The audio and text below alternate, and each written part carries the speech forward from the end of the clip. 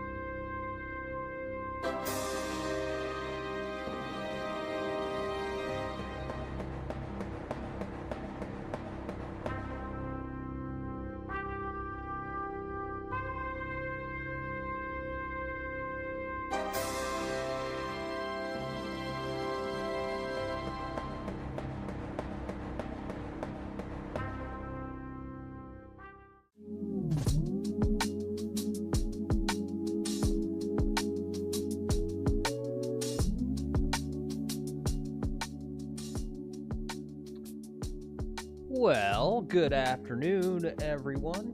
Looks like we've already got some folks piling in. It's good to see. Good to see you here. Would read the work for the job we're doing, you're gonna get shocked. All right, guys, this just got real. I offer $500 to this club employee if you got one, or to any of these guys. Anyway, good afternoon. Welcome to Middays with McGolfin. This is our afternoon live stream. We will be playing 18 holes today on the golf course. Lex had a pretty good round this morning. We played 9 holes in the morning, and he shot, I think it was 5 over, something like that. Had a nice chip in for a birdie on a par 5. Had some decent putts. Had some not so decent putts as well. Got Joe Simo in chat. Sup, Joe? He says, heavy rain in Rhode Island today.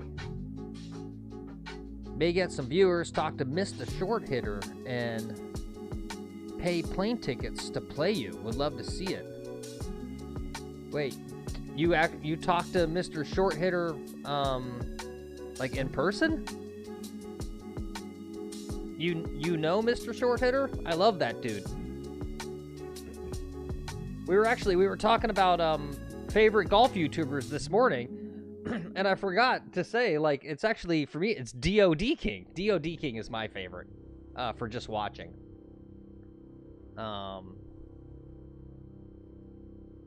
But yeah, I like Mr. Short Hitter too. He's got a cool channel. I like him. Oh, just an idea. Oh, got you.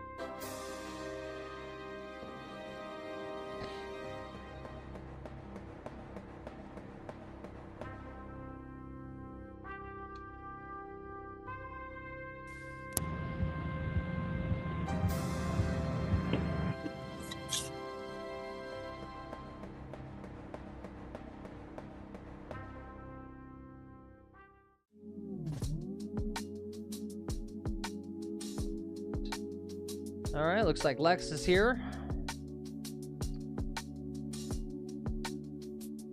Looks like he's finishing up his warm-up. Like I said in chat, tee-off is 2:20, so in about 3 minutes here. I got my coffee. Got my coffee and a little bit of, just a small amount of tobacco to smoke. You're gonna get shocked. Am I allowed to say that on YouTube? I don't know. Tobacco's still legal. I don't know. Did I just get myself in trouble?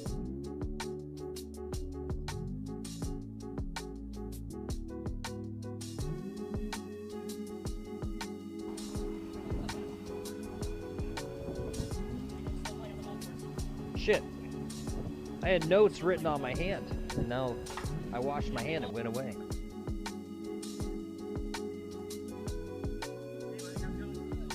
You guys ever do that? You ever write little notes on your hand because you're just too lazy to get a notepad?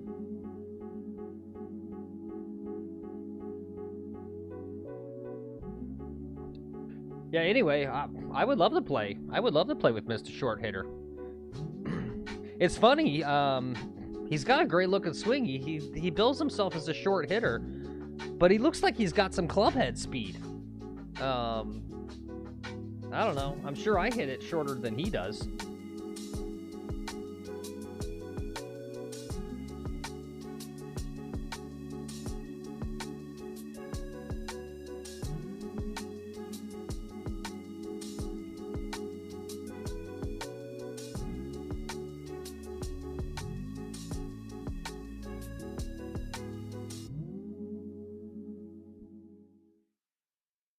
Let me send a message. Mr. Lex here.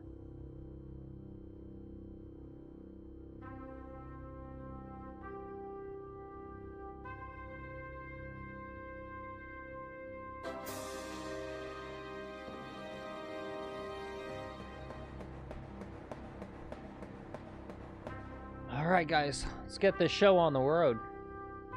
Joe says he's got his 2 milligram nicotine lozenges, cherry flavor from Costco. Yeah. You do the lozenges, huh? I feel like they get all gummy in your mouth. At least the ones back in the day.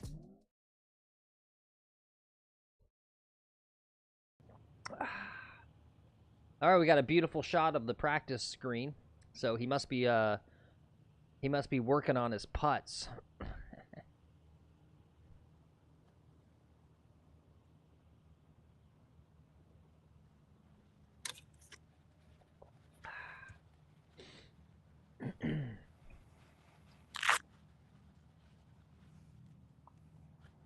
Big fan of the Costco nicotine gum. Okay, that's just the phone providing all that data.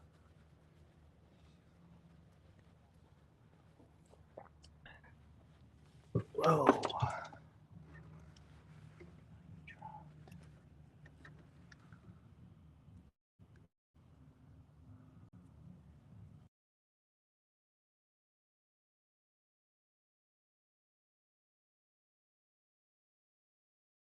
Don't worry about the screen going black. I need to get a background when the screen goes black so it doesn't just be a black screen for you guys. Put something else up. I think he's just messing with his connection into me. So we'll be back in just a sec. Yeah, it's empty. That's what's up, Aussie golfer? He says the place looks empty. That's the I don't think privilege is the right word. Whatever the word I'm looking for being at a private golf course. It's freaking absurd, man. His golf course is completely empty every afternoon. So yeah, it's never busy there. That's why we're able to do this, is because he's at a private country club and the course is empty. Like, I mean, would you really sit through like a 5-hour round on a public course, like having to wait 5 minutes on every tee shot? Probably not, right? Like, I can yap, but I can't yap that much. Not for like, what is that? 5 minutes times 18 holes. It's almost like, it's like 2 hours of yapping, trying to fill up airspace. I would lose my voice after one stream and be fucked. Yeah, I don't know why he hasn't come back yet. There he is. Now he's coming back. There he is. I think he's working on getting the all the different data feeds, the bandwidth from the 2 cell phones and the Starlink bonded up so that he gets a good feed.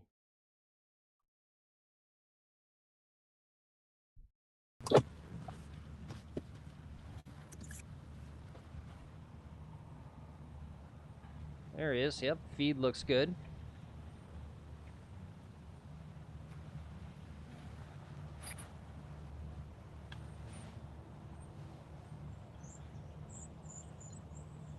Let's get those predictions in chat. Here, I'll put up a little. Okay, great. I'm gonna put a poll up. Whoops, that's not a poll. That's just a number.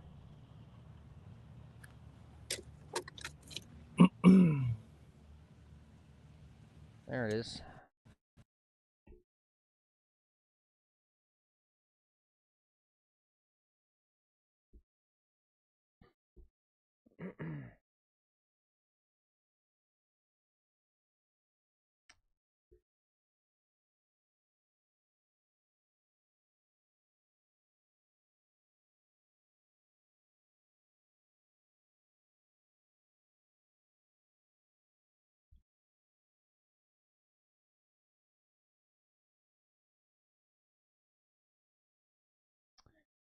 We'll do 85 plus, 80, under 80. Ooh, all right, we'll give for anyone who's a big optimist, under 75.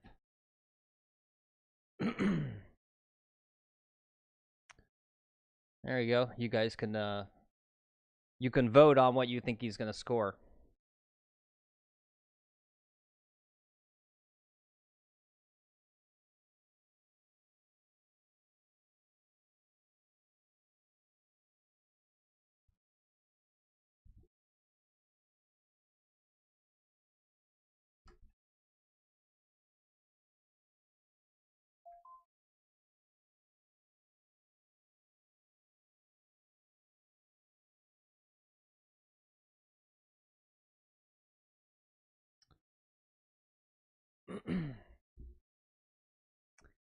Oh, he loves giving us the silent film.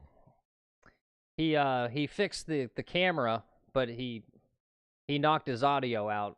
He'll see the message here in just a bit, guys. Yeah, it looks like there's a little bit of wind. A little bit of wind there. Yeah, it doesn't look too bad. Looks like he's hitting a 3-wood. A little bit of dust there.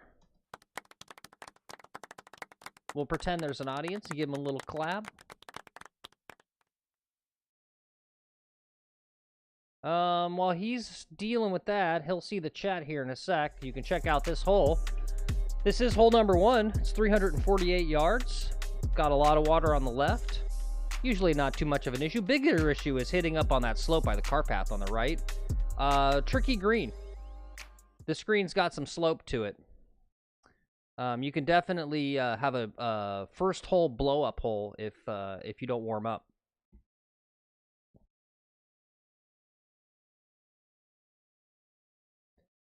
Oop.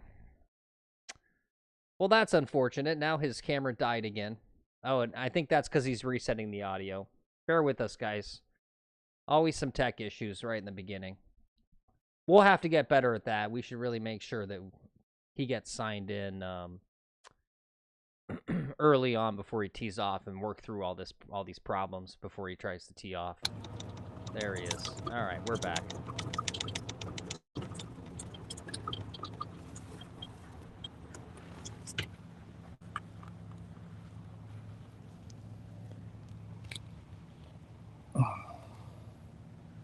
All right, looks like he's right in front of that first bunker that you see on the left.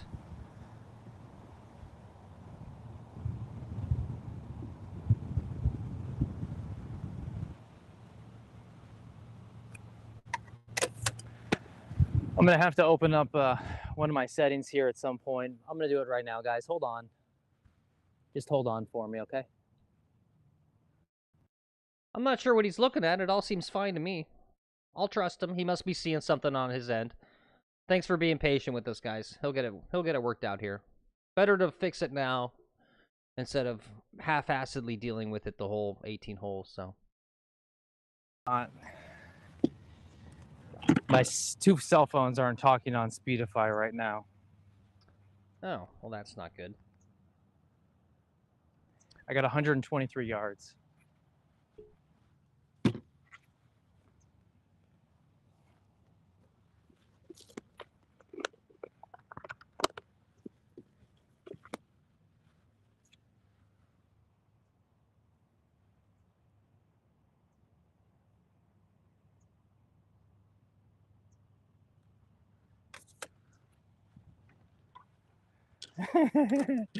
Yeah, dude, this is live. Everything that can go wrong goes wrong. I actually had more time today to kind of prep and prepare. So I'm not sure what's going on here. All right, 125. We're going to get this close. We're going to settle into the round. Just hang with us.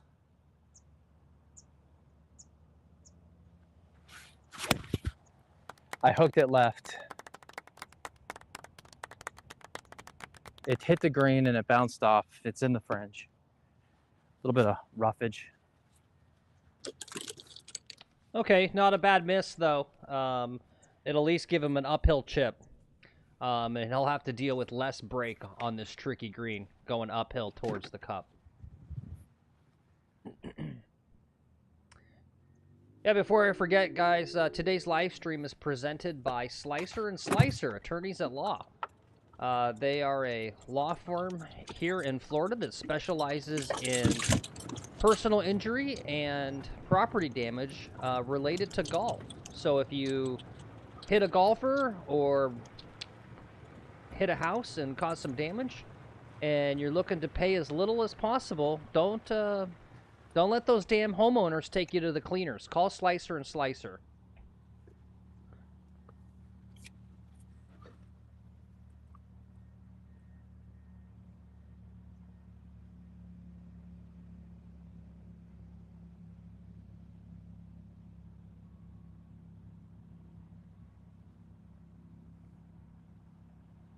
Let's check out the poll. So far, we've got 2 votes for shooting 80. Or no, I'm sorry, 1 vote for shooting 80 and 1 for shooting under 80.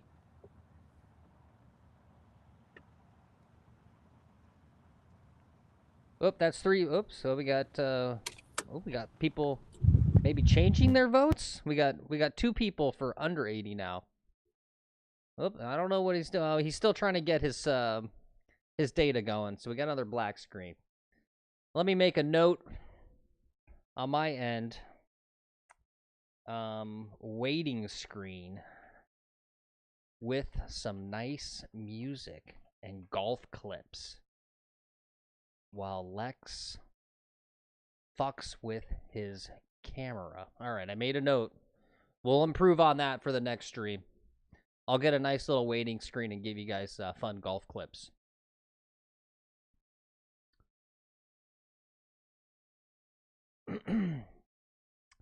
Hey Tim, what's up? He says, I have no idea what you shoot. I'm new here. Yeah, he shoots around 80. He's an 8 handicap, right? So 8 handicap means you're going to shoot anywhere from, 6 over to 12 over, right? Somewhere in there, more or less, if I understand the handicap system right. And Joe's asking, any gators? Yeah, lots of alligators. Just baby ones, though. There's no big ones on his course. He was actually kind of playing with a little baby alligator about 6 days ago on stream. Alrighty. Sorry about all that. Fuck me. What's funny, what I've noticed with the alligators is the little ones are fearless. You should probably be more cautious of them. The big ones you can't even get close to. If you try to walk up to them, Trying to get myself a stream. they're afraid of you, and they skedaddle and they run back into the water. The if they're other sunbathing. phone isn't pairing for some reason.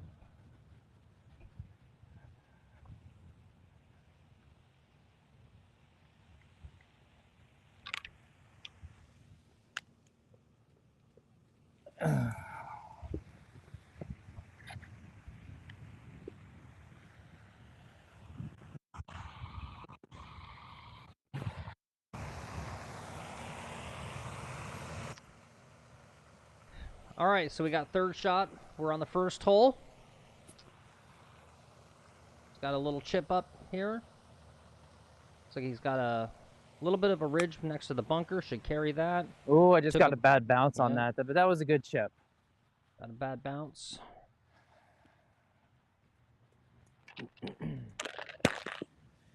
Alrighty.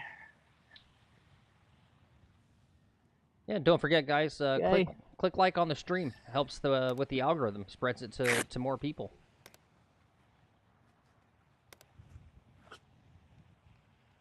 All right, let's settle into this round. All right, we're here on the first hole with Lex McGuffin. He's got this long make 12-foot a putt putt for here. par. He's been struggling with his putting this year.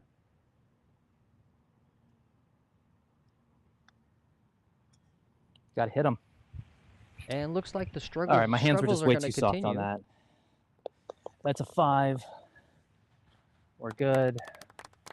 Now we're getting out of here. Okay. Starting off with the bogey. Everybody, thanks for sticking with, and sorry about all that black screen. I was trying to improve the signal there.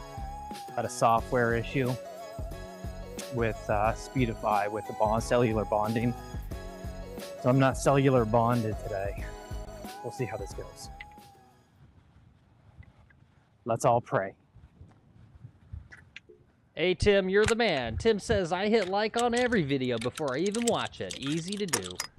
Figure that helps out whoever I'm watching, so why not? It sure does. It sure does. All of us douchebag content creators really appreciate that,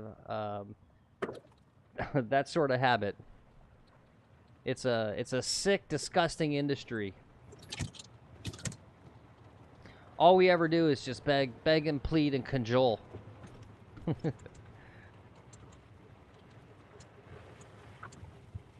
But that's the new economy. Right? I've done it. I've been out on the street begging for subscribers. Don't believe me? I'll show you. When we get to a stopping point here soon, I'll show you. I've literally been out on the street corner begging for subs.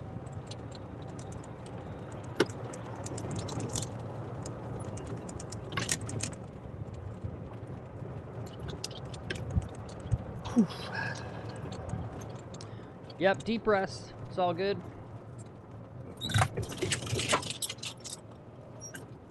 Beautiful day out here.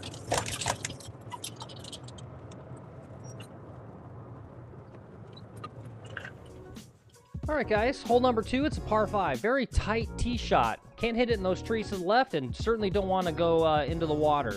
If you are in the fairway, longer hitters can hit it in 2. The green has reasonable level difficulty. Not too tough of a green. This is a shorter course. I think it's just a little over 6,000 yards, so pretty short course. So the big defense is some slopey greens. Not fast. You don't really get fast greens in Florida, but they definitely have some curve to them. Obviously, the water, too. The water is the other big defense.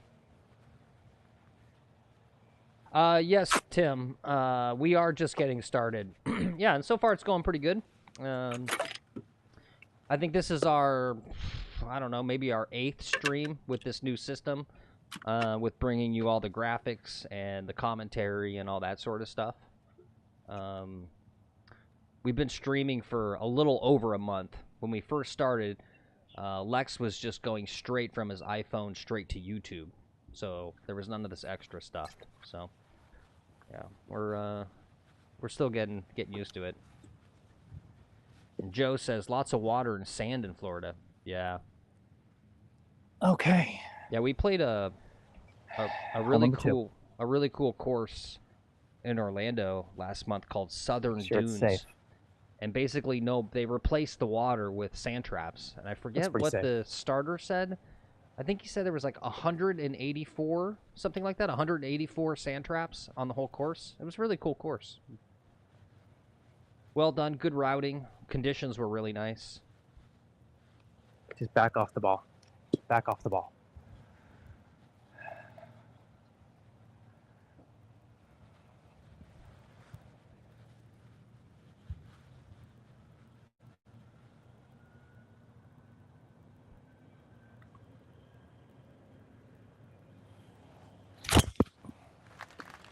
All right, perfect shot. Right over the trees. Gonna be on the left-hand side of the fairway.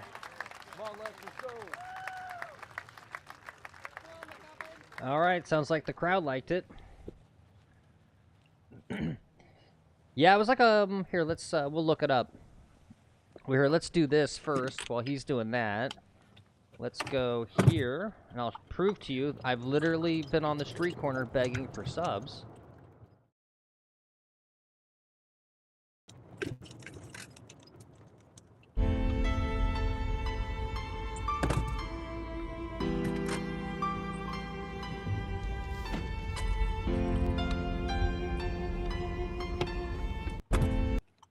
See? There you go. It's true. That's what I do in my spare time. I go to a street corner and I take my little sign out there.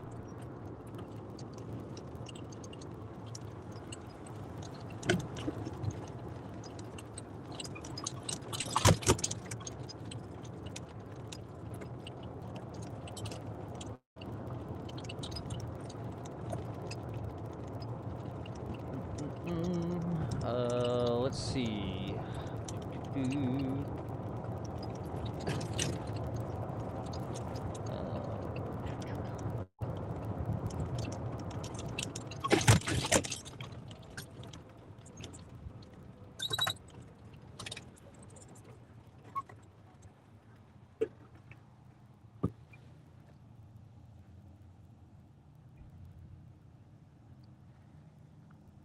All right. Well, anyway, I'll show you this this course with all the sand traps in a sec. I highly recommend if you're ever planning a golf trip to Orlando, this particular course I would unequivocally recommend. Very reasonable rates. Facilities were great. Nice practice. They had a really great practice area. I guess I should show it to you before I talk about it so you have some reference. We'll see it after he hits this shot.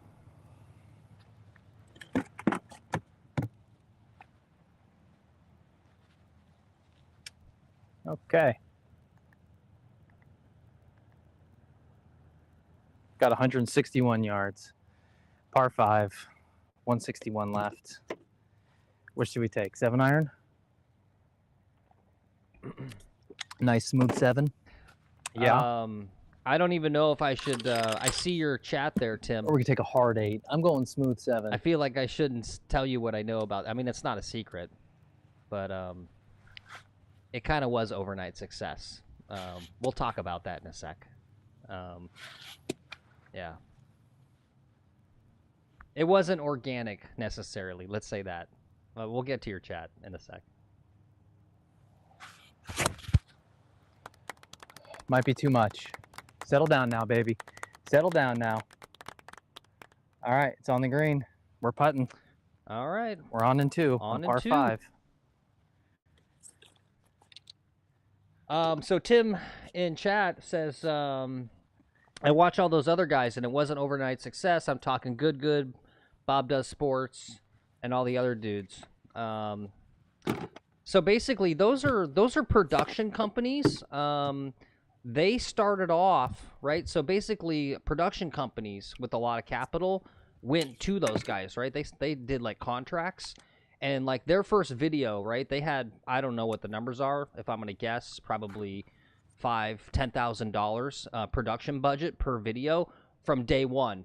And basically what they do, right? And you can actually go watch.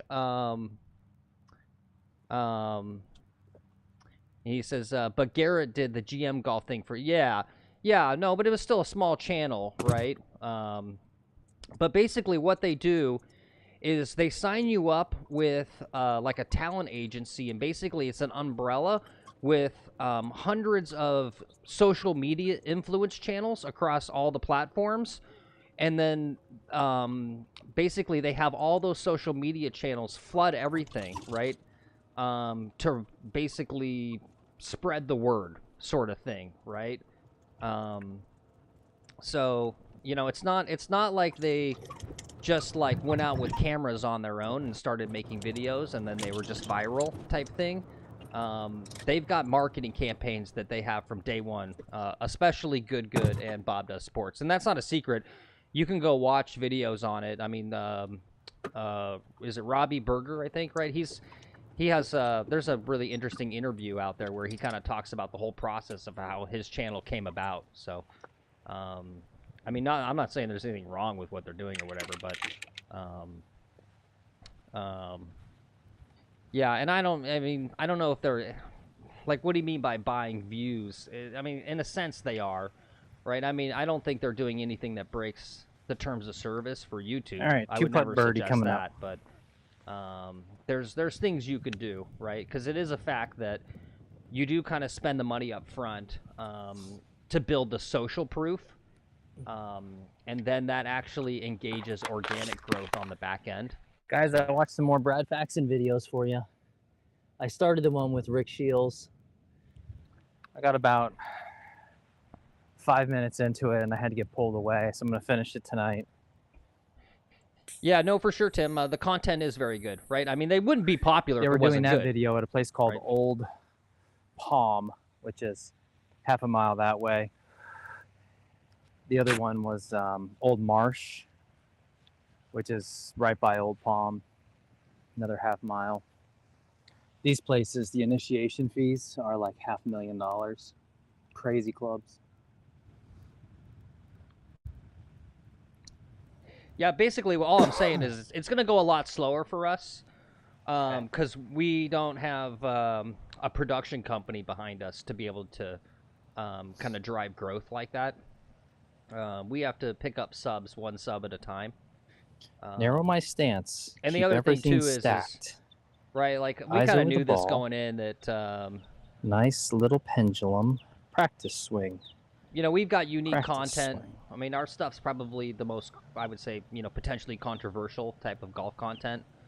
And that's just because, nice Guy putt, nice really turned a putt. lot at the end there. Just needed a little more speed and it might have been it. Hey, Andrew, what's up? Bob's? But I will take What's up, Bob? that for a 4. All right. All right. First birdie of the Give me day. some of that lime green. Yep. Oh, I'll give you Some some, of that lime sticky. green. Sticky, icky, lime green, gushy stuff. Good birdie. Since I got a birdie, I'm going to ask anyone who doesn't sub to sub the channel, please. Because that's what we do when we get birdies. And we hit the like button. Because we like birds. Yep. Let me tell you, this golf course has a lot of birds. And alligators. Yes, sir. Maybe we'll see one. Oh, no. It's too cold. It's too cold out, unfortunately. Although, I don't know. Maybe. Maybe they'll be out sunbathing. So Maybe Phil, I could try doing I could try doing a cart cam today if you wanted, since I have this other camera. And it's not bonded. No, we won't worry about that. We've been talking about, we have a GoPro that we use for our regular videos as our cart cam is what he's talking about. Better to test it first. Anyway, hole number 3, let's check it out. It's a par 4, 341 yards. Got to get in the fairway, give yourself a straight shot into that green. You see those 2 giant trees guarding the green, also that bunker. God damn it. All right, I'm gonna play smart. I'm gonna play another 3-wood. Yep. Oh, that's good. Yes, use 3-wood. But yeah. Anyway, I'm glad you brought it up, Tim. I was gonna maybe talk about that a little bit. Anyway, you know, super stoked that you guys are watching and all the encouragement that everyone's been chatting and saying past few days. Really means a lot. And you know, it gives Lex and I hope that we'll have continued success. But you know, some people are like, "Oh, you guys are gonna blow up," and it's like, well, I wish, but it's just that's not how that works, really. And the other thing, right, is we can't really do collabs. Who's gonna collab with dudes that are doing like, you know, Going a little right. who are doing like edgy stuff, right? Like I can't fake it. Off right, Lex into can't the fake trees. it. Like we have to be our real selves. And I should we're have paid like, more attention to the wind and what the wind was doing. Wind was behind me oops, I forgot the graphic. and pushing to the right. Like no one's gonna collab with us. Probably could have teed off the 4-iron here today. We're a That brand would've been a risk, smart play. right? No brand is gonna want to associate with us. Let's be honest. And you'll see why if you're new and you haven't seen some of our commercials. You'll see what I mean. Anyway, Southern Dunes. Let's check this out. This is this course I was talking about. Highly recommend this course if you come to Orlando. Let's take a peek here at their slideshow. There's a good shot. You can see that's just one hole. You can see all of the bunkers. And I can tell you too, like, look at this beautiful course. When we went and played, it looked like this. I'm sure you guys know this. You look on the webpage for the golf course and it looks amazing, and then you get there and it's like not so much. This course literally was just like this. Really, really nice and really great rates. So I highly recommend this course.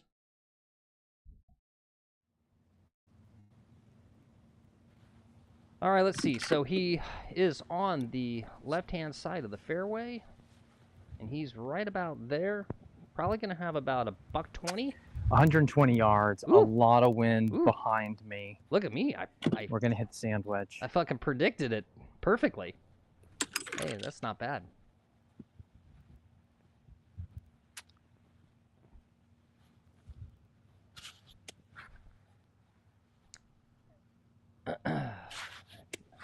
And Bob in chat saying he's got snow in the forecast. Ugh. Ugh.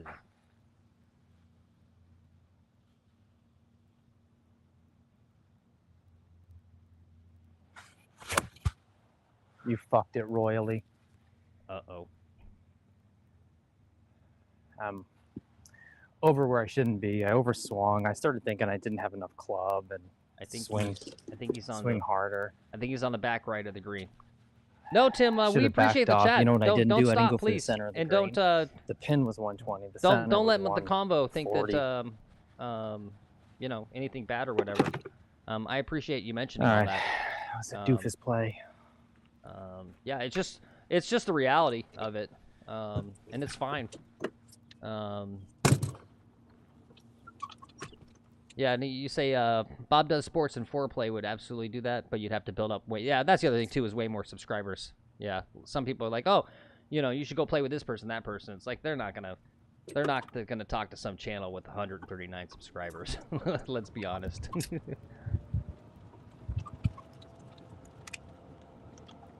Yeah, for sure. Tim said, I did not go looking for the channel. It just came up randomly, and here I am. So that's good for you. Yes, it is good. It's part of the reason we decided to do this. It's a little Tim, strategic. this channel came looking for you, buddy. Yeah.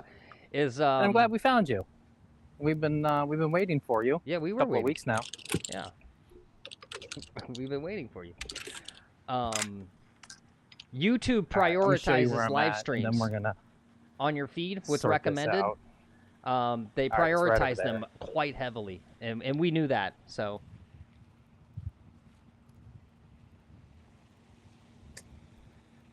I should have. You know what?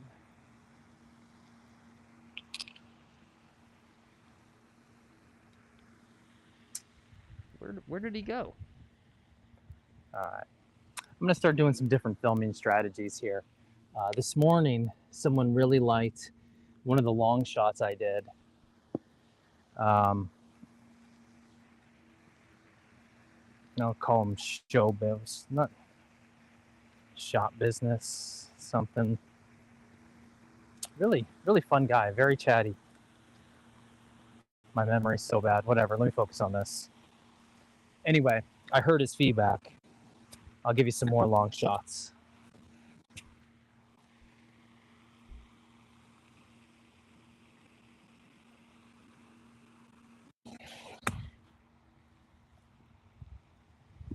Ooh, ran it too far. Way too far.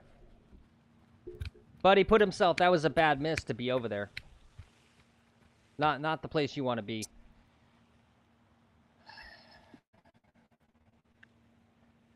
Well, that was a little low, sucker. Like they want me to hit. It had no stopping power on it.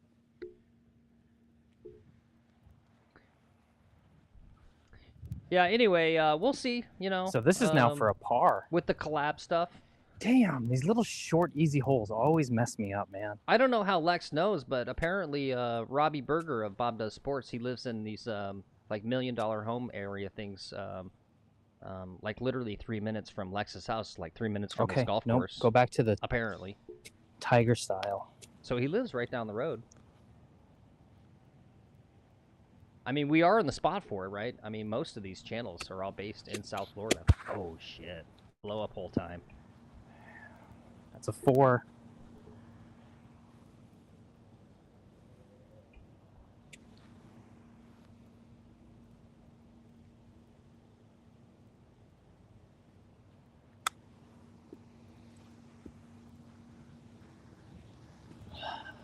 All right, there you go. Good bounce back. Good chip. It's a 6. All right. All right. 1, 2, 3, 4. 1 off the tee. 1 off the tee. 2 went over there. 3 went long. 4, 5. All right, only a 5. Not as bad as. No, I flubbed 1. 6. Look at that. Look at how quickly I forget the bad shots. Guys, that's what you got to do. Just forget those bad ones. They don't even exist. Just get them out of your mind. 6 because of a flub.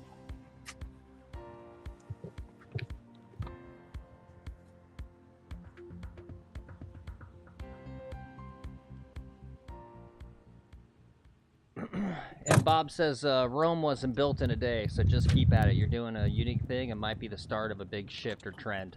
I will agree with that. I will toot my own horn. This was my whole brainstorm, this idea, exactly what we're doing here.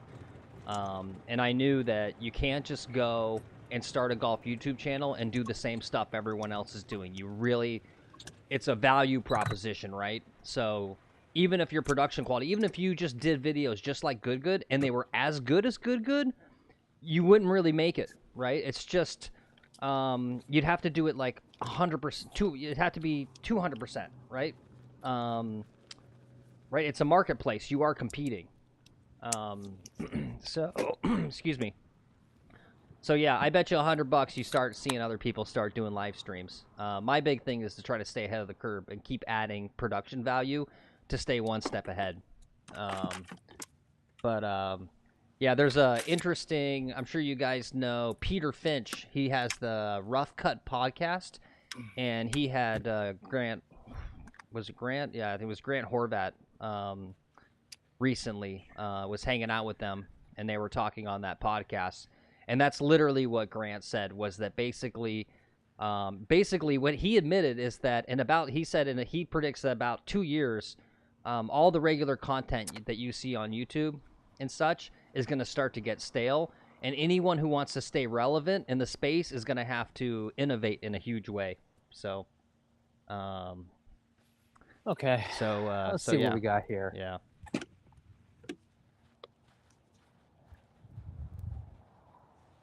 We just got to settle down after that double bogey. 162 yards. Wind coming off the water. It's going to push with my cook. at 162 yards. So I can't hit anything hard. I gotta hit something soft. Because anytime I try to hit... Okay, guys. Hole number 4, par 3. Like you said, it's about playing 160 today. Easy hole, except for the green is challenging. It slopes severely back I'm gonna to front. hold off this 7-iron, hold the angle. And of it my also- left wrist, I think, the whole way.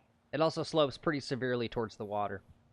Got to land it below the cup and give yourself an uphill putt. I did it. It's going to the center of the green. The wind's pushing it back a little bit. I got a putt.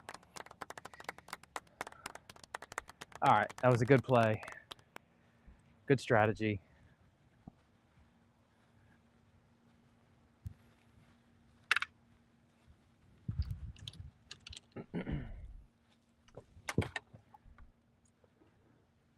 But yeah, anyway, we appreciate you guys watching. We'll get there. Every day. We're picking up steam every day. You know, obviously I gotta try to be overly realistic. I can't, it's a bad look. It's cringy, right? If I just think, oh, this is so awesome, look at me. Alright? I'm not gonna do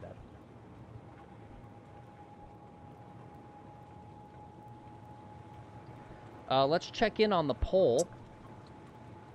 Let's see. We got 5 votes. And right now, we got 80% of the votes are saying under 80. You guys are very optimistic. I like it.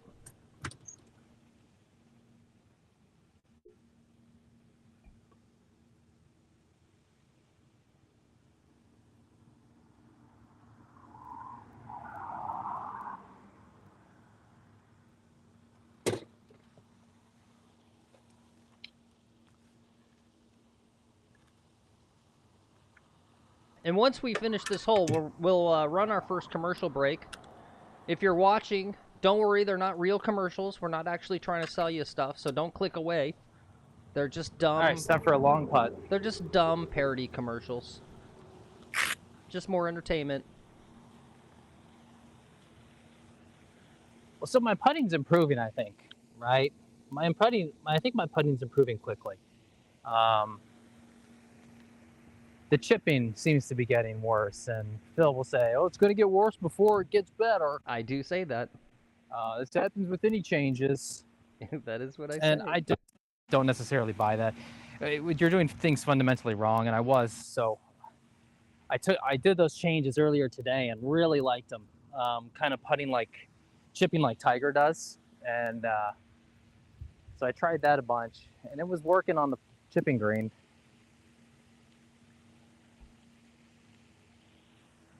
The translation.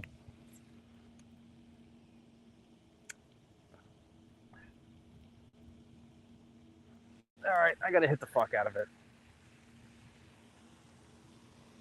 All right, head, shoulders, knees, and toes all stacked up. Head, shoulders, knees, and toes all stacked up. And announcer voice, we're here on the 4th hole with Lex McGuffin. He's got about a 30-foot putt for birdie. He's been working on his putting with a new coach called YouTube Videos. Damn, that came off the putter going to the fucking right. And looks like Phil, his co-host, was right. He's still struggling. I was aimed feet out to the left. Maybe a little 10 too feet to the left. overconfident. I don't know what happened there. Thinking he was going to make immediate kept my head down improvements after one practice session. I didn't look up. That's not how that works. And that could have been the problem. And let's see, Tim says, call it an intermission, a chance to go take a crap or have a smoke or make a sandwich. Actually appreciate that on a long-ass video. That's that's actually good. I've been thinking about how Lex can kind of take a longer break after 9 holes so that we can all kind of take a break and do like, a longer intermission. Just a little outright, not much. And he's left himself a long par putt here. Really gonna have to focus to make this one go in. And the crowd gasps again. Okay. Oh, and it sounds like happen? someone in the crowd's not happy. Yelled, guys, does this happen to you on camera? Do you 3-putt on camera? four putt. I four putted this green the other day. Oh, you know what we People were are gonna be do? like, oh, We were gonna put up a 3-putt counter. 3-putted it. Ooh. oh man. Damn it, damn it, damn it, damn it. That's what I say to that. Okay. All right, get guys. over it. Let's forget about it. Let's We run that two-putted. first commercial break. Hopefully that works. That's kind of a rude thing to say. I don't think I've been struggling with shit, to be honest with you. Whether navigating life or the course, looking your best hides the insecurity and doubt from a boring and meaningless existence. Let our patterns be your personality. Let our colors be your politics. Let our logo be your life. Golf by Ralph McGuffin. From our groves to your grocery store. The Banana Growers Association of America works hard to make sure every banana is perfectly ripe and tasty. When you bite into one of our bananas, you'll know the firm meat and smooth texture means the BGA oversaw it every step along its journey to you. And don't worry, you look much gayer than you think when eating one. Hi, I'm Alan Slicer. Did some bozo jerk-off golfer just hit your house and break your window? Looking for compensation? Call us. Call Slicer and Slicer. We can get you more money than your window's even worth. Some of our clients even get double the value of their property damage. Don't believe us? Check out these testimonials. A careless golfer broke my window and I called Slicer and Slicer. Somehow they already had compromising photos of this individual leaving a nightclub, and that led them to get twice as much as my window was actually worth. Thanks, Slicer and Slicer. There you go. Call Slicer and Slicer. We'll get you more money than you ever need. And don't forget, we may slice the golf ball, but we won't slice on your case. Hopefully that works. That's kind of a rude thing to say. I don't think I've been struggling with shit, to be honest with you. All right, guys. Thanks for hanging with us. We are back after the commercial break. And let's see. We are here on hole number 4. Let's take a peek. Whoops. No, we're not. We're on hole number 5. Excuse me. It's a par 4. It does dogleg to the left. It's a short par 4, but you got to make an accurate tee shot, and if you do, you'll have a pretty easy pitch into a relatively easy green.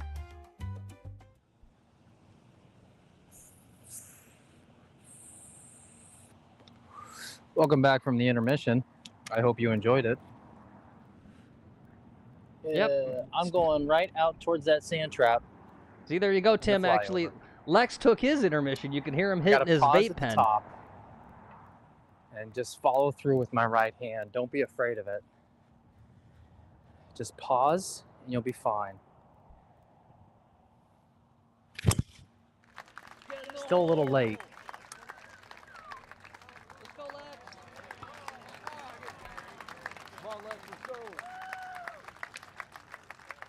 It's too fast. It was still too fast. Aussie's right. I gotta smooth it out a little bit.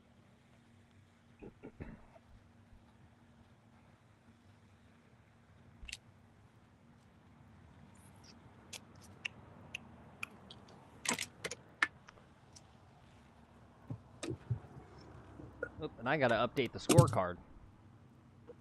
So is that? That was he shot 1, and then he 3-putted. Was it a 4? Is that right? He bogeyed on the last hole, I think. I think that's what that was.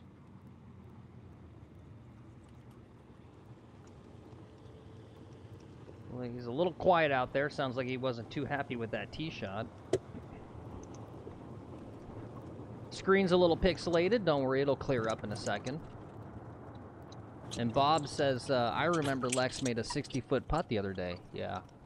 Yeah, he'll get a little inspiration going here and there and land some long ones. He had a really awesome chip in this morning on the morning stream. And Andrew's asking, what irons did you say he uses? Ping? Yeah, Ping. Ping I-50, I think. He's a Ping boy. He uses Ping irons, a Ping putter. Okay, we found ourselves in trouble. Uh-oh. So he's actually, I think he's He's there on the hole locator. Right. There's a banana tree for scale. Right behind the that bunker there that you see inside of those trees.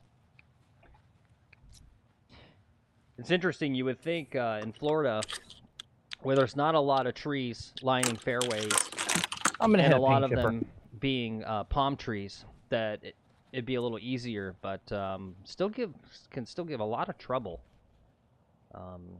I have a lot of first-hand experience with having to punch out from these areas. Man, it was a great ball flight. I've just missed it by a hair. Ran into some branches. Oh, he clipped the... Just far up there. I hit the... Okay. Hit those palm fronts. All right. Well, he punched out. I still think it was the right play. Yep.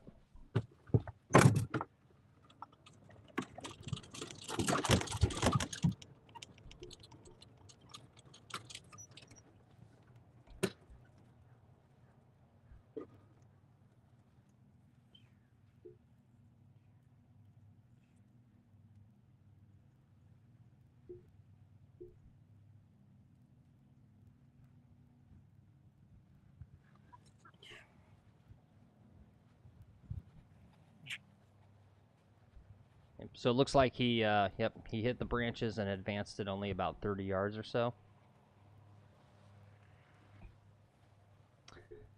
But if he puts a good shot here, he's got a slim chance for still getting out with the par.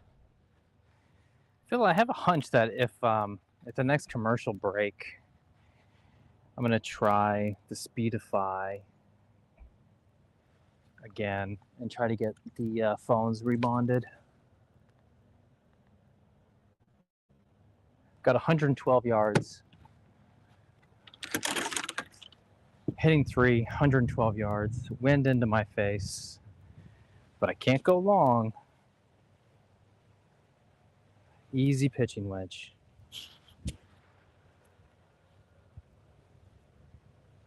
All right, big guy. Swing easy. Swung too easy. Hey, I still made the green.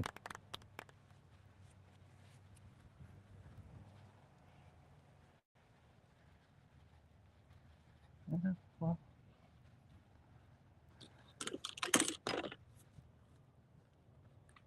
Let's, while he's driving to his next shot and getting to the green, we'll trawl Twitter for some free content. What do you say?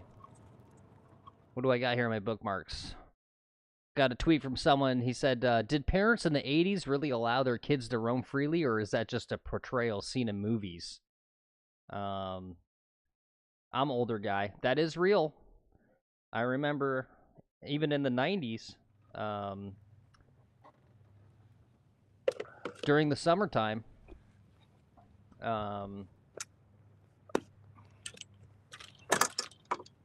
I get on my bicycle in the morning. Callaway, Epic Max. And then go to my friend's house. And, yeah, we'd be gone all day long, like 14 hours until sunset. No phones, no communication with the parents. Just, I could have been kidnapped and killed. They wouldn't know. They'd have no idea for hours, right, that I was missing. That's how that used to be. You guys, was that your experience growing up? I'm guessing most of you guys are probably closer to my age. Golf tends to skew demographically older. Okay, it's far enough away. I'm gonna leave it in. And Aussie's wondering what driver you hit. What would Brad Faxon do? They're, oh crap, I forgot what they are. What would Brad Faxon do here? It's not ping. It's I'm sorry. He'll see the chat hopefully and let you know and show you the driver.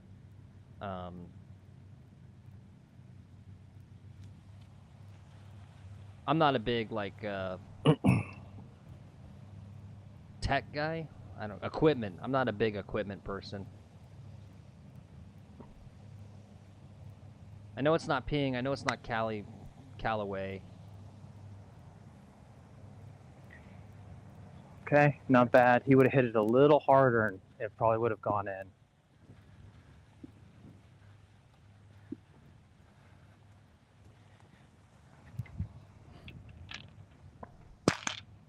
Here's another question. Would you guys like some different background music more generally on the stream? I asked this a while back out there. and got some feedback and said no. But let me know if you want a little more kind of just generalized background music. I mean, I've got a massive library of copyright-free music. I can't play, you know, popular stuff, but... Okie dokie. For a 4. You mean a 5. He's shaving... All right. That was good to get a par after being out of position off the tee. No, I didn't get a par, did I? No. I got a 5. That was good to get a 5 after being out of position off the tee. This guy's trying to shave strokes. And, yeah.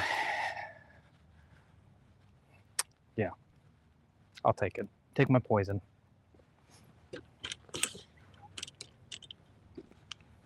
That's why I'm here, to keep him honest. I guess it's punishment. It's not poison. It's punishment for hitting driver.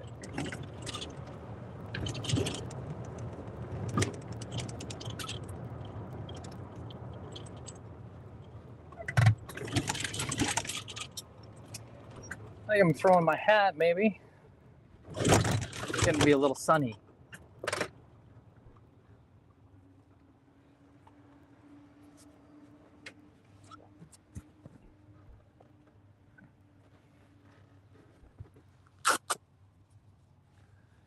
Aussie ass, what Oh, shit. duck hooks the most?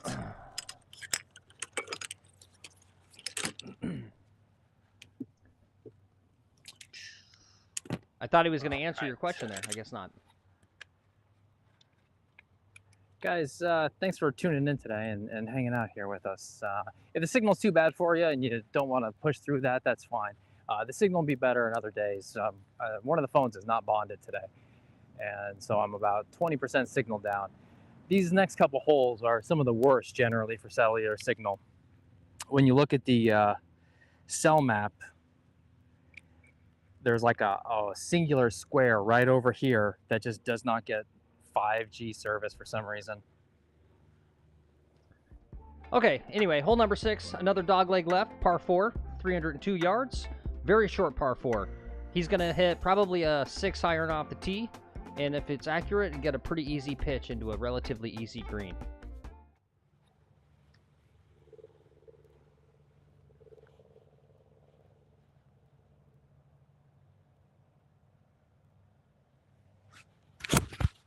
Oh, I hooked it. It's going to hit a house. Nah, it's staying in bounds. It'll be all right. It'll be all right. Oh, that was a bad swing. You know what? And I'm not waiting. There's no real reason for it. Yep. Other than I just suck. Bob says Other about than I suck. roaming the streets as a de facto child gang back in the 80s. He says, absolutely, I'm a little older than most here, I'm guessing, but for sure we had a great neighborhood that all the kids hung out. We played every single sport going year-round. We only had to be home when the street lights came on. Yeah.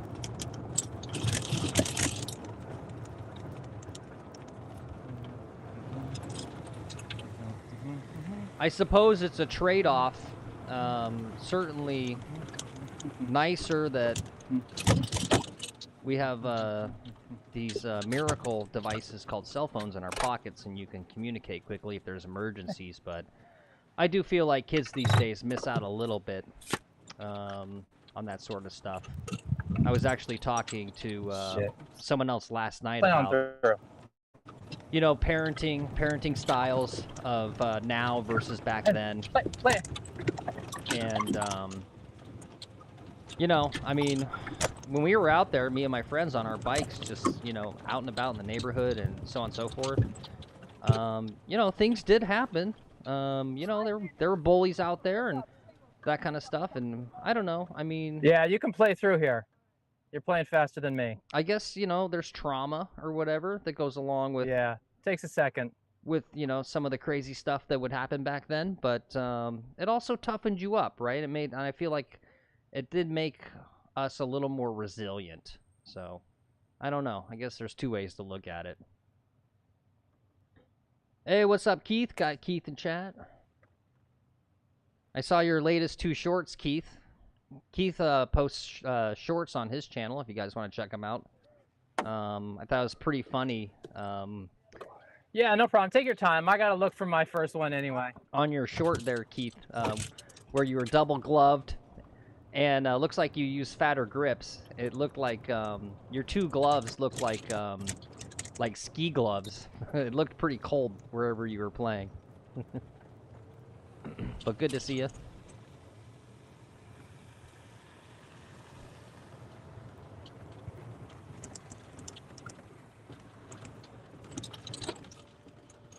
So I don't know. She may not have been in line. Anyway, we're here on the 6th hole. Okay. Hit his tee shot iron. He hooked it left, so he's There looking is. for it. All right, it is in bounds, All right, didn't go OB. but That's it is good. in bad shape. Don't think he's gonna have a chance at the green here. The He's in bad hole shape curves over off to here. the left over there, so he's probably gonna have to just kind of shave it and get it close. Oh, that lady looks like she's got a decent swing. Let's watch this lady hit her ball. Oops, maybe not. Maybe I spoke too soon. Oh, and Keith says about his golf gloves, Tacky Mac oversized non. Oh no, about his grips, Tacky Mac oversized non-taper. You have a good eye. Yeah. I noticed those thick grips. Do you like those thick grips? I've been thinking about going to a thick grip. I don't, I'm a smaller guy. I don't even have like big hands.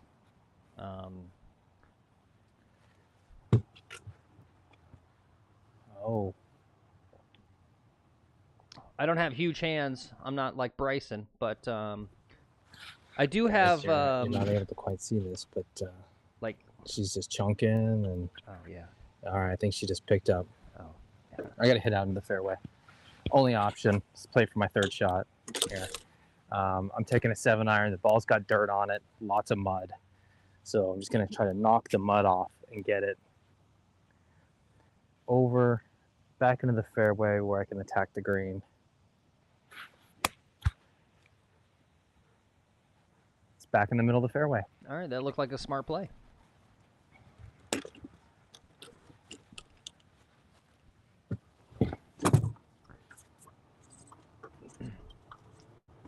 All right, let's steal some more content from Twitter.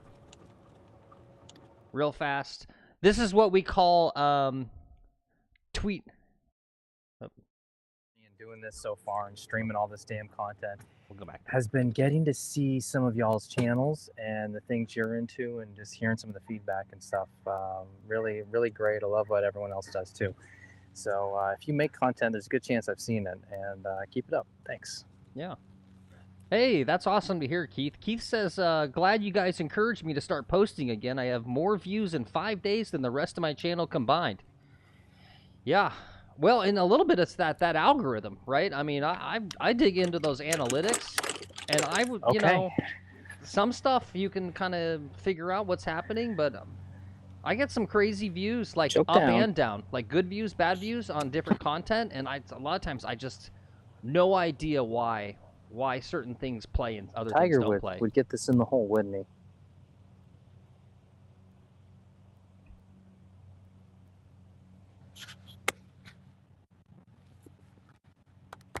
All right, not horrible.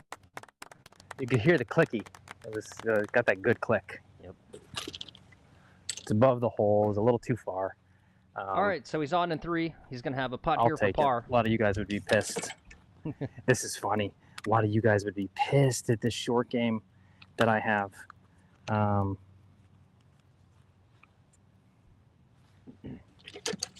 But then, like, yeah, your problem's 4 irons.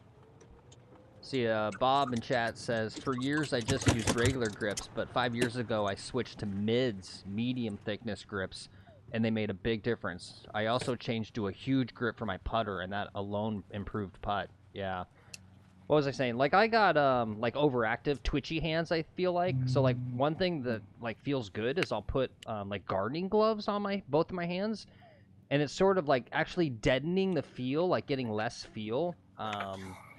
Right? I make better contact, and I think because it's just kind of, it takes like movement out, right, or something. Okay. And lets me I'm gonna swing talk more through naturally. this since I'm betting the video isn't that great. Not sure if I'm interrupting Phil or not, so sorry about that if I am, Phil. Yeah. How dare you? I'm gonna play it. How dare you, Lex? Cup out to the left. Cup out to the left. I see the apex, a cup out to the left, and about halfway down, maybe a little more than that. It's getting more and more. I'm feeling something. I'm feeling good vibes. I feel like we're gonna see a good putt here. Don't let me down.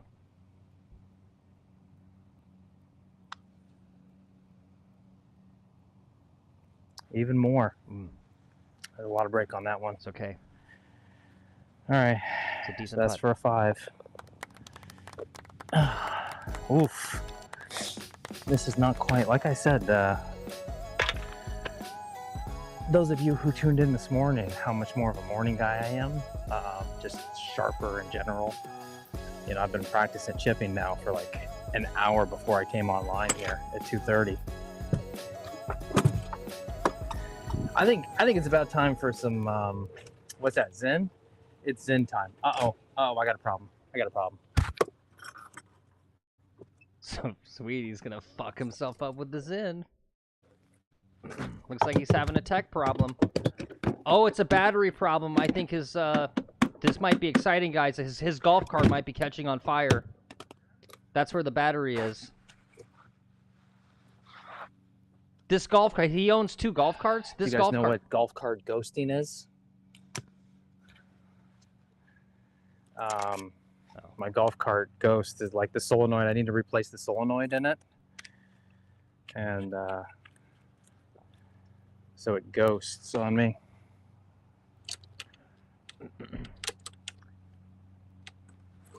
Oh, Bob says that's an interesting point, Phil, about Scary putting. stuff. Not putting, full swings. I meant. I take my gloves off for putting too. Yeah. And I don't even really know why I do. I just know What happens? The solenoid freezes. It welds shut, and when that welds shut like that, it just stays in go. Like the accelerator's down, so it pretends like the accelerator's still down. Oh, okay. Yeah, that golf cart caught fire like 6 months ago.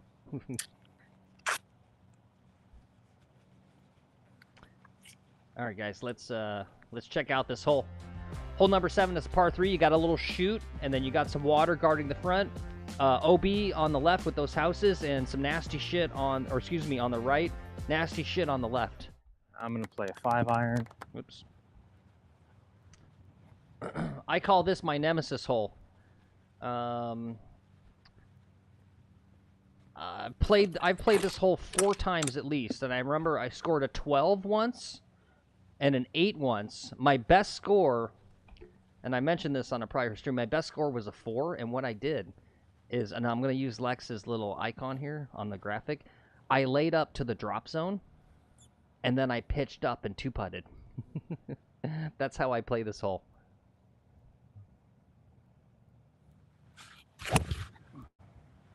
Little thin, but it's going right at it, actually. This could be great. Just a little short. Good thing I hit the 5-iron.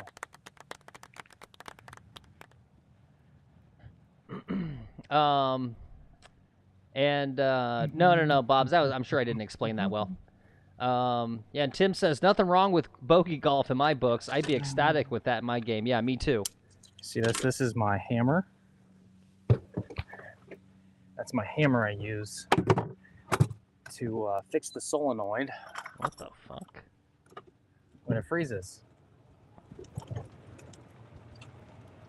I struggle off the tee, and I'm trying to completely rebuild my entire swing because I have an over-the-top and I slice, and so I lose a shit ton of balls on this course with all this water, and I don't think I have a scorecard nearby, but I shoot probably like 120, 110 right now with where my game's at on this particular course. So, yeah.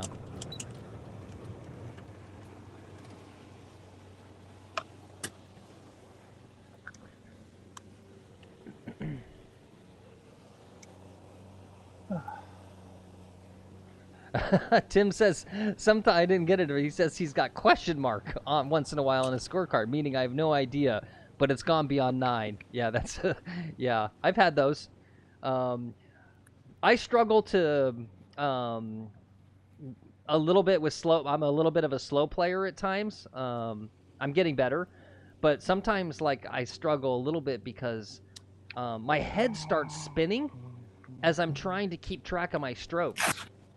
Right? When you start getting up at like 9, 10, 11, and I have to go back and go, wait, let me recount all that, right? And it just like takes me a while to figure out what the hell I scored. That's awesome, Keith. Yeah. Cool.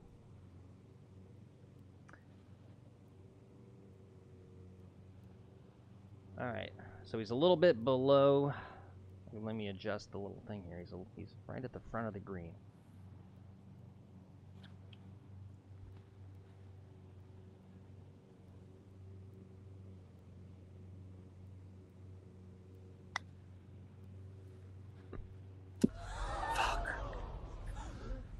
Really got caught up in that stuff. That's what I was worried about. It's dead grain. The grain is dead India.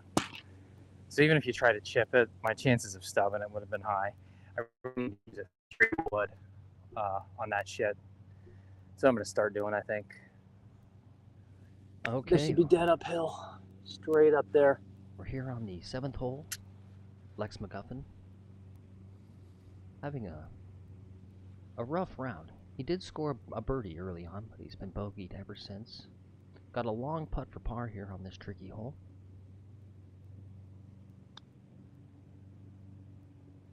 Ooh, and just missed it. That's going to be another bogey on the scorecard for Lex McGuffin. It's a 4.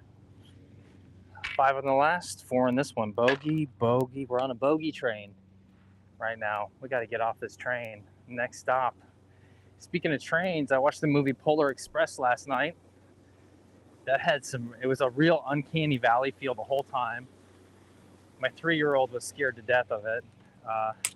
And I think it was because of this uncanny valley of these characters. It just looked like total shit. Like that movie looked worse than this stream. Let me put it that way.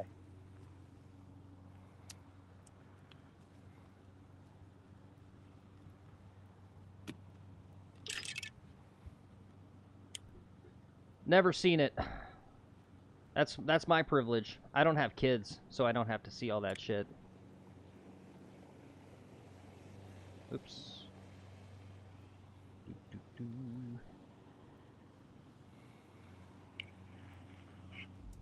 All right, let's see. We got hole number 8. It's par 4, 380 yards.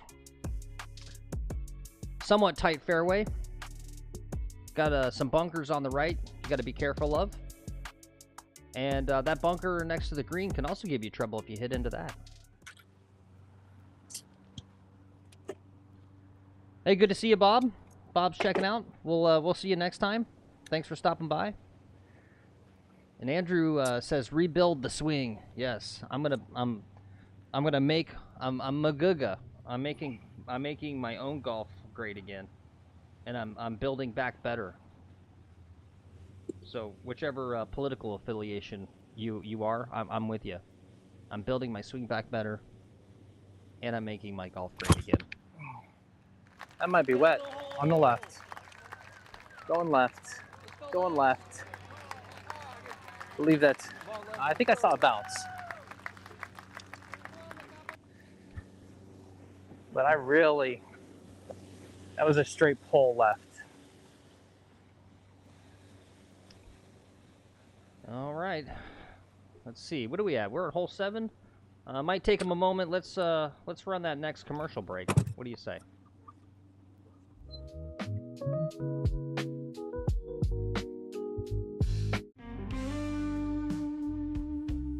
The Banana Growers Association of America wants to remind you that bananas are high in potassium and low calorie. We do our best to make sure the bananas you receive are firm and ripe, delicious and juicy, ready to explode with flavor in your mouth. Tempt yourself to something big and sweet. Say "oh" and open wide for a fruit penis. So when you come through, You keep all of your weight on that front foot as you come through the ball. You won't even have to think about it. Tune in Sundays for The Birdie Bible with Father Seamus McGuffin. Come along with Father Seamus as he takes you on an enlightening journey of spirituality and golf strategy. Lord, I just had the greatest drive of my life. Must be 250, 260 out here. What I'm talking about is abstaining from using your driver off the tee on all of the golf holes. The Birdie Bible, every Sunday at 8, only on McGolfin TV.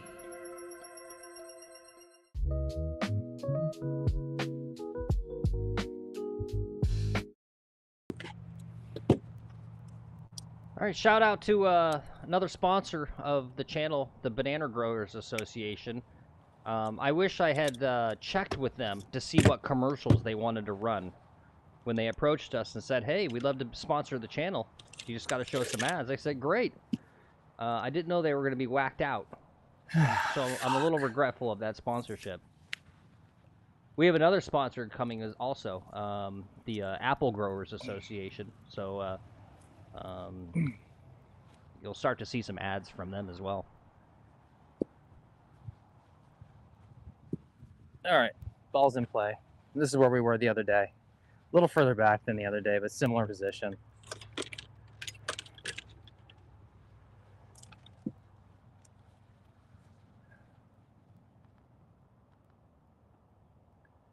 $115 yards. 115. I'm going to take the wedge, pitching. Choke down on it. Ball's above my feet. Yeah, this will be fine. Back of my stance. Just go for it. Looking right at it. Too much, maybe. Too much. Yeah, it was right over the top of the pin, but then it went towards the back. But good shot.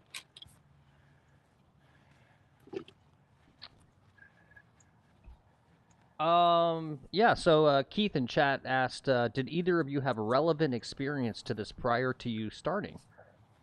Yes and no. On the technical end, I'm an amateur musician, guitar mainly, but, you know, music's music. I know how to play a bass guitar, obviously, basically the same thing, and a little bit of piano. Amateur, like, songwriter, I guess, which is kind of a cringy thing to say, but, you know, for years and years and years, I've had a digital audio software and make my own stupid little songs and whatnot. So, as far as, like, the computer overlay, I don't know if this makes sense, but, right, like the editing software is basically the same type of user interface. So that was really easy to get comfortable, right, with kind of doing the editing process. Beyond that, I'm just a huge comedy fan. Shout out to Mr. Show. Any Mr. Show fans? But, you know, Bob Odenkirk, who you probably know from Better Call Saul. He's actually a comedian and comedy writer by trade. I don't know. But massive Mr. Show fans. So I guess in a sense, right, I've watched a lot of comedy my whole life. SNL, all that sort of stuff. Kids in the Hall. I mean, you could probably kind of tell if you know Mr. Show with Bob and David. It was just an amazing sketch comedy show on HBO back in the day. Only I've made a couple of small videos for work before. Nothing relevant, not like this. This was a whole new ball game.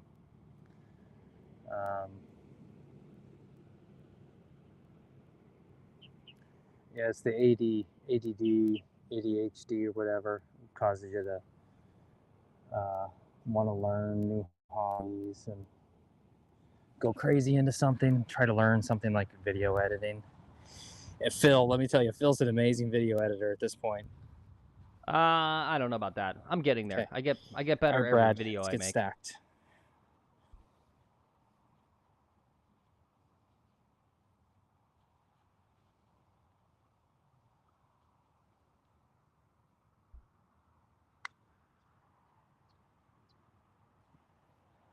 Ooh. That's not a bad though. That's All right, not, that was me misreading it. yeah, Thought it but was that's gonna not a break bad lot lag more than putt. it did. That was 4, right? This should be a putt for bogey. Yeah. Oh, good. Looks like some of you guys know Mr. Show. Kids in the Hall. In the Yep, water, drop absolutely. 2, hit 3 to here. And Tim says he's 4, a this is for a huge 5 guitar again. gearhead, but let's not get into that. No, dude. Oh, we'll talk guitar. We'll talk anything on the channel. And Keith said, "Did we just become best friends?" Yeah, seriously. I know. Back in like the 90s.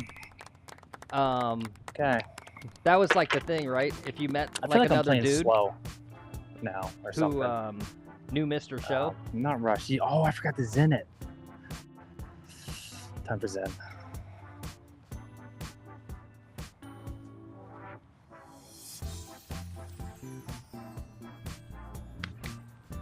I will say the one thing I am proud of is I'm not a visual person, and I have to hand it to myself about learning kind of basic graphic design. That was entirely new. So I use a program called Canva, if any of you guys do any of this sort of stuff. So all the logos, all the graphical stuff I do, that was a bit of a learning curve, right? Learning how to just kind of do graphic design on the computer. Tim says, I think we all just became best friends. Yep, that's awesome. Sounds like the chat's doing really good there. Good, similar consumption backgrounds.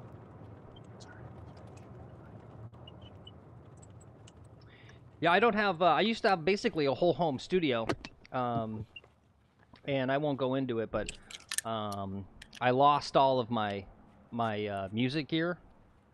Tim, that's kind of one of my big dreams, is to build a home music studio again, so that I can start making my own music, right? Like,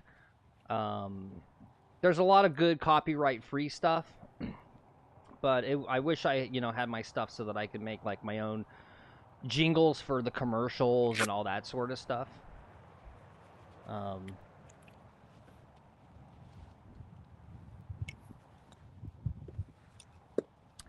Keith says, most successful parody I've ever worked on was Fat Slob 11 years ago as a Eminem Rap God parody. If that's something on YouTube or something and you want to put the link in for people to check out, feel free. I don't think I have it set up for... Oh, duck hooked left onto the road. I'm gonna hit another one. Oop, I gotta pay attention. Yeah, there's a road on the left, is what he's saying. All right, the reason I'm gonna hit another one, even though it's red stake the whole way down,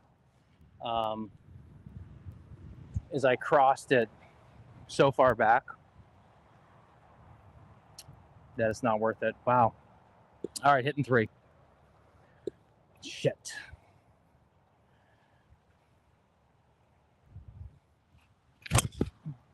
That was better. Hit the hay. Come on, hit the hill and bounce. Hit the hill and bounce. Bounce. All right.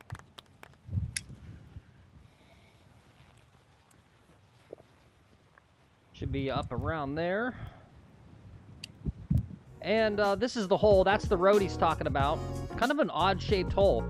Sort of a layup if you're a long hitter, or a risky drive. If Lexi hits it long, he hit that water on the right. Also a tricky approach shot to that green. Trying to make something happen. I gotta make something happen to get a bogey here.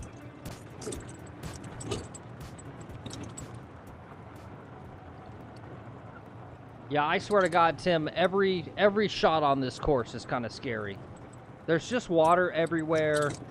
As part of me rebuilding my swing, I've gone from having a horrible slice to struggling with snap hooks, and so like I'm kind of happy that I'm getting some power in my swing, and I never thought about the road on some of these holes, but it's happened to me a few times where I overcook it and hit it into the road. And that's why I'm glad to have Slicer and Slicer as a sponsor of the channel. I've always got Slicer and Slicer on retainer just in case I hit a house, or God forbid, hit a drive into the road and hit a car. Okay. Slicer and Slicer, if you're ever facing any golf litigation, call them. They'll represent your interests, and you'll pay as little as possible.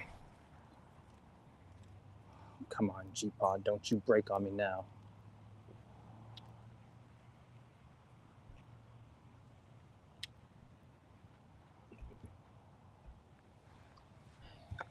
Yeah, Aussie golfer, it's interesting, I guess. I don't know. Here's the miraculous shot we need. I'm not a big fan of this course. There's 2 golf courses here. Ball's above my feet. Take a 6-iron.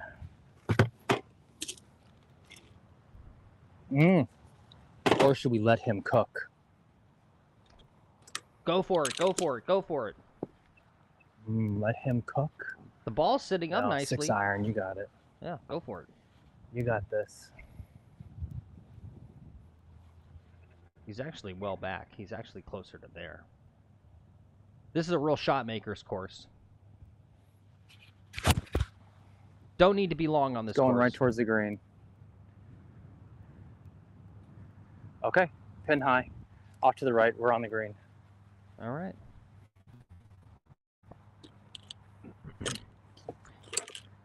Yeah, I don't even know. I'd be fucked on this if I was where he's hitting from here. Because, yeah, that would be a hybrid for me. But I'm so errant, too. I'm trying to get better at course management and just accepting my game. I would probably hit... That Zen's kicking in. Like a 7-iron and literally purposely lay up. Right? If you look here as he passes, there's this river, right? There's water on both sides here. I would play with the 3-iron if I had a 3-iron. Yeah, there's all this river. I have a 2 hybrid and a 4-iron. And I love my 4-iron. My set just didn't come with it. The answer is no. No one plays a 3-iron. Pros don't. What business would an amateur like me have playing a 3-iron? Even a 4-iron, right? What business do I have playing a 4-iron? If I wasn't so good at hitting the damn thing, I should, I'm 42. I should be playing 7-woods and shit at this point. My swing speed is still up there because of the anger and the rage.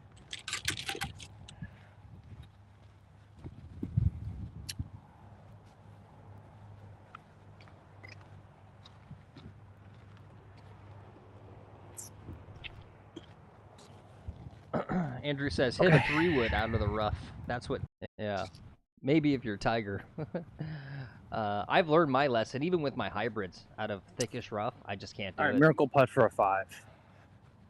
I just accept that I've fucked myself and take like a 7, just so I make decent contact and get out of the rough and get back in the fairway. Phil, do you think the front 9 is harder?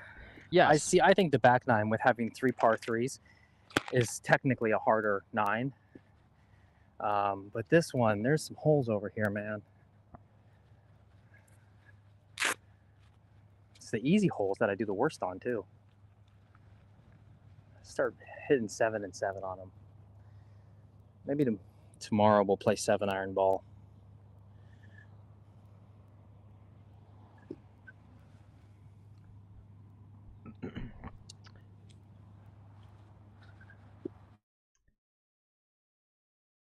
Toes and shoulders, boy, knees, and toes. That is such a better looking putting stance he's got.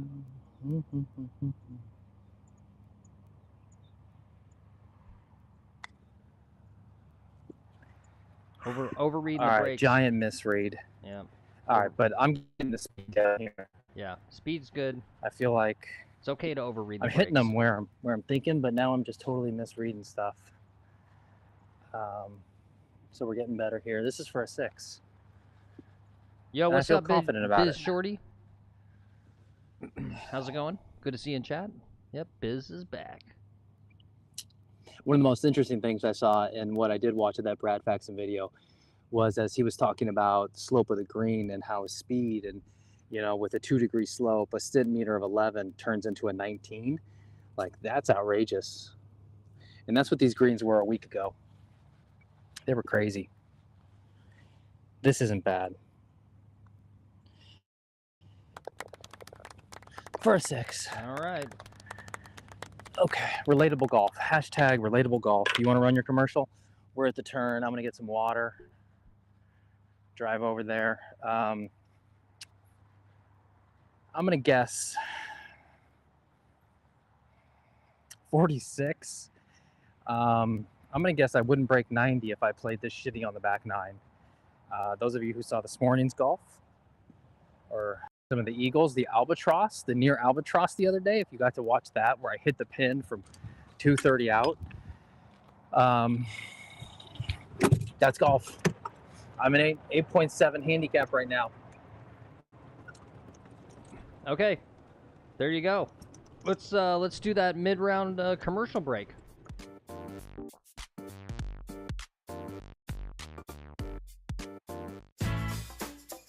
You've worked all week for this moment.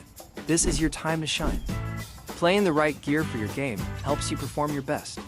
But let's be real, your game is an absolute shit show. It's time to try a ball that matches your swing. Nitro, the number 3 ball in golf. Straight from the driving range to the course. Play how you practice. Nitro, the ball that matches your game. As you all know, personal injury and minor property damage are a fact of life on the golf course. If you happen to hit a house, or God forbid, hit another golfer, it might just ruin your golf round. But what's worse is now some jerk wants to ruin the rest of your life, saying you owe him a lot of money. That's when you call us Slicer and Slicer, attorneys at law. Hi, I'm Alan Slicer. And I'm Bruce Slicer. Don't let some jerk-off homeowner take you to the cleaners. Call us. We'll get it taken care of. Don't believe us? Check out these testimonials. I hit a window. It was expensive too. Homeowner wanted like 5,000 bucks for it. I don't know what Bruce and Alan said to the guy, but after an hour of negotiation, he came back with a black eye and he paid me 50 bucks. Thanks, Slicer and Slicer. I hit a window and I called Slicer and Slicer. Somehow they framed the other guy in my foursome, and now he's the one who has to pay for the window. So there you go. Call us, Slicer and Slicer, attorney at laws. We cover everything under the golf course. And it may be true we may slice the golf ball, but we won't slice on your case.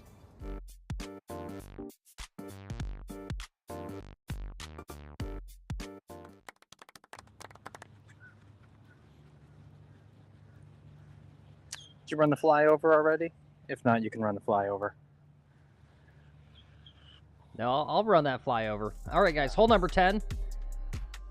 First of 3 par 3s on this course. Got water to carry. Wind is usually in your face. Those bunkers can be trouble. Gonna have to hit a good shot here.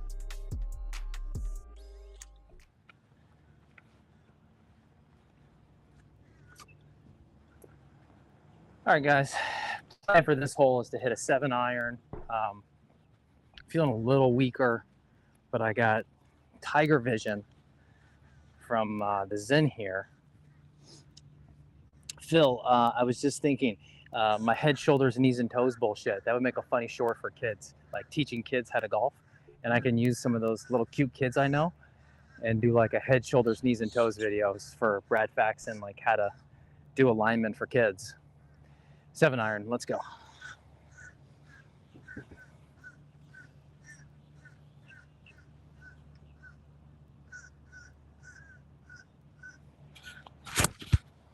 Hooked.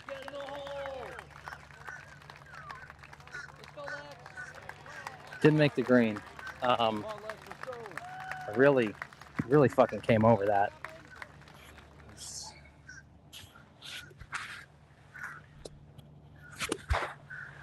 I got to swing at it. I didn't swing at it. That was a bullshit swing. Yeah, let's look at the poll. We got 7 votes. You guys were very generous. 57% of you said he was going to shoot under 80. 29% said he was going to shoot 80. 14% said 85 plus. So whoever voted 85 plus looks like you're going to win.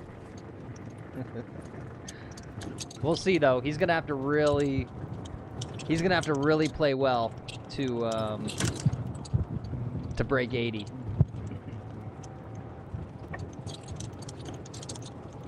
I wanted to do like joke videos about golf dads, right? Like, I don't know if you guys know kind of what I'm talking about. It's the Shit, this is dangerous. yeah, what they got going on there.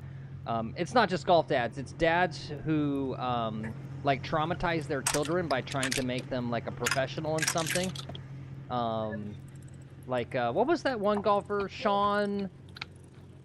Someone should know who I'm talking about. He was a golf phenom, kind of in Tiger's era, Sean something, and he totally fizzled out. And his dad did the thing when he was like, was like 10 years old. Let's see if I can dunk it. Like, the dad made his son sign a contract where the dad got like 10% of all of his future winnings on the tour. What was that, Sean something? I think I read an article recently that he was thinking about coming back to playing.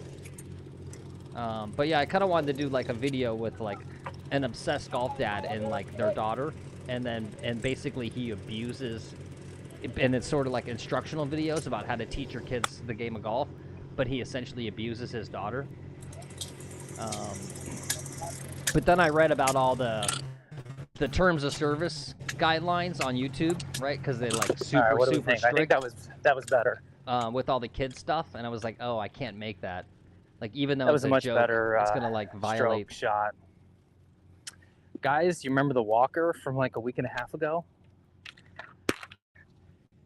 He's in front of me. We could play with him again. Oh, cool. Yeah. Oh, what was that guy's name? Todd, right? Does anyone remember Todd from that stream? The old guy that was walking the course.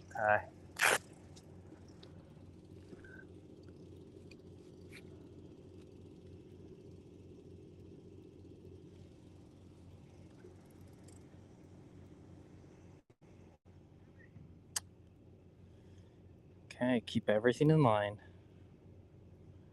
Eyes over the ball. And then just hit it straight and let it curve.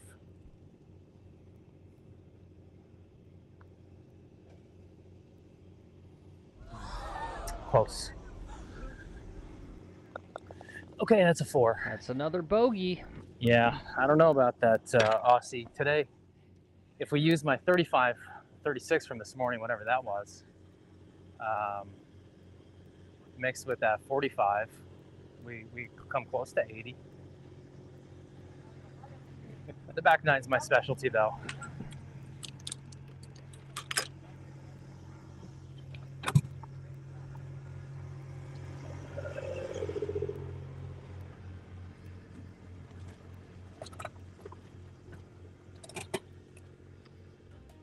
All right, hole number 11, par 4, one of the easiest holes on this course. Wider fairway than a lot of the other tee shots. As long as you hit a decent shot, have a relatively easy shot into the screen. Good birdie chance for him. 3-wood.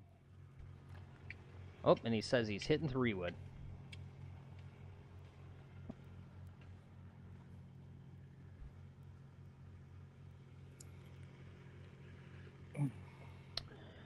Yeah, and just a heads up, the stream will be a little fuzzy for this hole. This is one of the worst spots on this golf course for internet bandwidth. So just a heads up. Conservative play. That means I get to swing at it. Aggressive swings, conservative plays.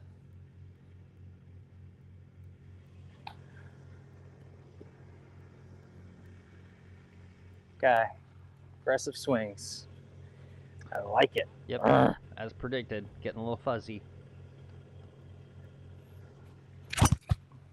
Oh, that's aggressively in the next fairway.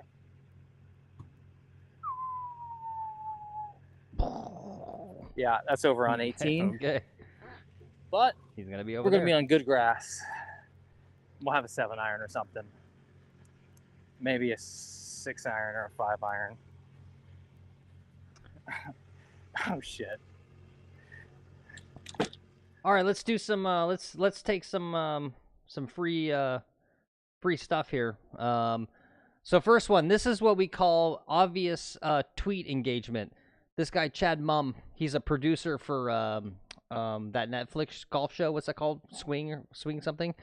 He says, I need some advice. Got invited to play an elite club. Is it a faux pas to wear a hat or visor, in my case, of the club bought in the pro shop before the round, during the round? This guy, Tweeth Mitchell, this guy is like a co-host of like a podcast thing on Twitter about golf. He says, finally, a question I can answer. Yes, it's bad form to wear a pro shop purchase during the round, but it's not at all uncool to wear another Flexi Club's visors on the course. This is what I kind of hate about golf. Like, who gives a fuck? Who cares? Yes, I don't care. Wear the dumb hat. It's not a big deal. Like, this whole thing, right? Hopefully you guys don't get too mad about this, right? This is like, does anyone know Club Pro Guy on Twitter? Is anyone else aware of that whole saga?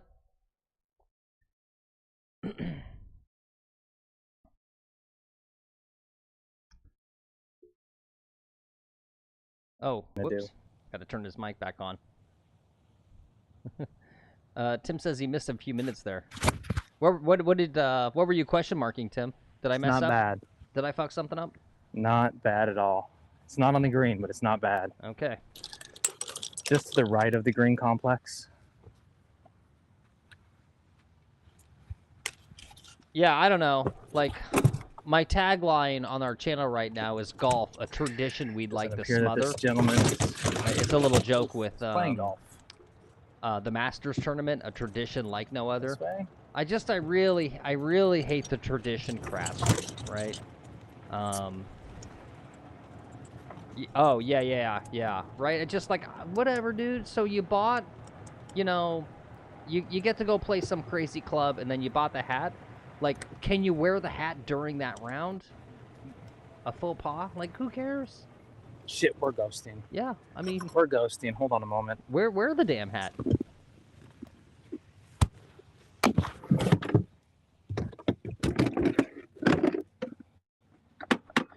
Yeah, I just feel like a lot of times we have our priorities wrong, right? Like one of the things that's crazy to me is, so Lex here, this is a private country club in South Florida. Today's a technical challenge day. And today's technically challenged. If you know what a solenoid is, I need to replace one on the golf cart. I'll wait for Lexi now. It just froze up, which means it welded shut. The amperage on the golf cart went to about 180 amps. And unfortunately, the batteries don't shut off till 200 amps. So it pulls this huge amount of fucking power.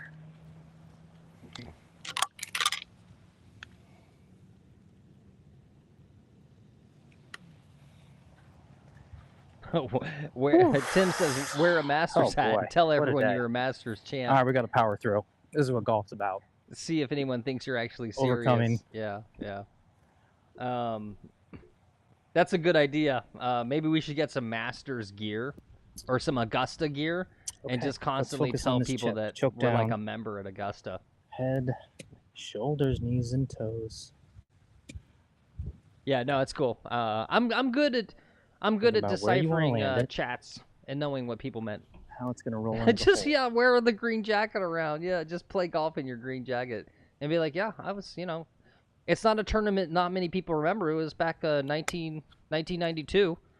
I won the Masters. It's a little high, but I liked it a lot. It was much better. Good looking chip. What was that? That was a 3. So now he's got a putt for par. Yeah, that's a good idea. Might do that. Just walk around with the fucking green jacket. Okay. And actually find. I believe this is for par now. Like, who would we get? Let's see. 1 off to the right. 2 to there. 3, 4. Okay. This game is so hard. We can find someone here that not a lot of people know. In the fairway.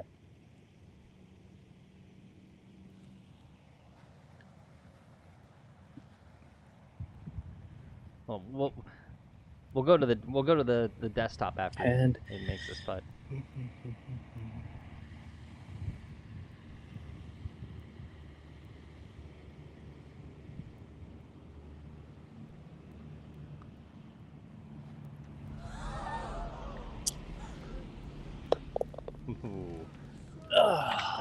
Another For a 5. bogey. Ooh. That's rough. Okay. We got a bogey, but That's rough. the golf cart didn't catch on fire. So that's a plus. Yet. We still got 7 more holes to go. I gotta have this hammer at the ready.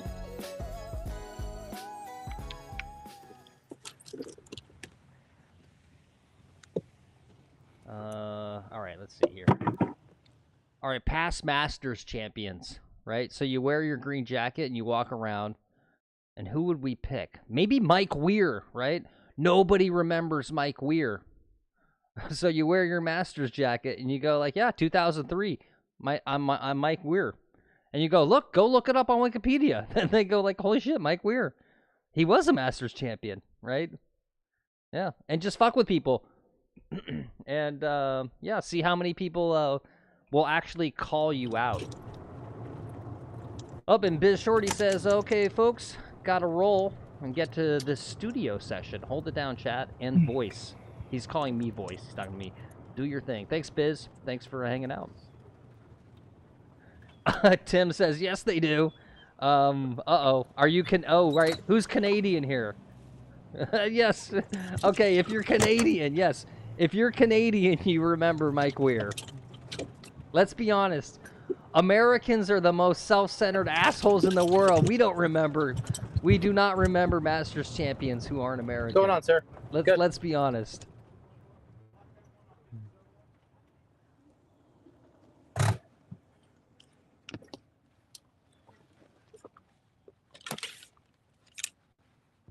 All right, guys, we're at hole number 12, par 4, 411 yards. Another easy par 4. One of the more generous fairways here. Easy green. Doesn't have a lot of slope on it. Just got to stay out of those bunkers. Okay, welcome back. If that was the flyover, I'm going to try to hit the center of the fairway here. And that's it. We have heard of Wayne Gretzky. That's all we're trying to do. Yeah. But that's hockey. That's what you guys are known for. It's horrible. I feel bad for Canadians because it's crazy. Canada is like Great Britain, where you guys have smaller populations but outperform across a whole host of industries. Right, like it's crazy. Like I love the entertainment stuff. It's crazy how many people, if you don't know already, and you go and you like look at their Wikipedia bio, right? Like Neil Young. Okay, let's right? get into this. One of the greatest singer-songwriter musician guys of all time. He hit in the fairway, and you kind of think of Neil Young, and you go, oh, you know, hit on the green. That's like he's like an all-American guy. Hey, he's Canadian. Simple game.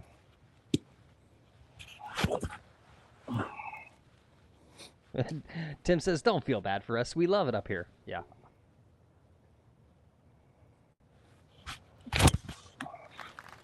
All right, going down the middle of the fairway. About fucking time. About time. I love Canada too. Shout out to Canada. You're the country that America wishes it could be. Let's be honest. You guys all have all the best entertainers. You've got your cities are beautiful. You're known around the world for being polite, right? What is wrong with that, right? It's pretty damn good. Terry Fox? I don't even know who that is. Terry Fox. This isn't going to send me to a porn site, is it?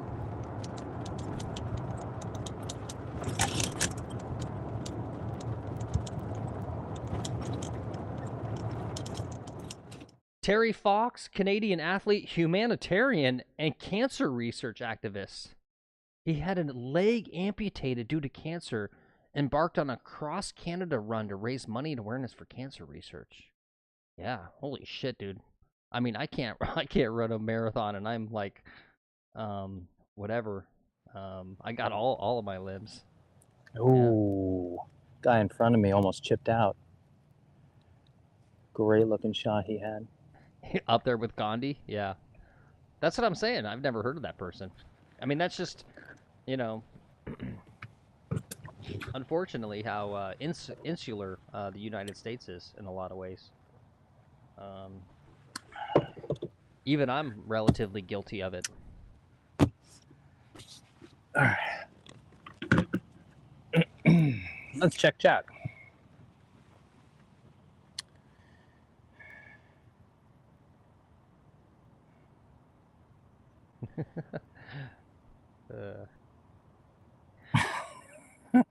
Joe.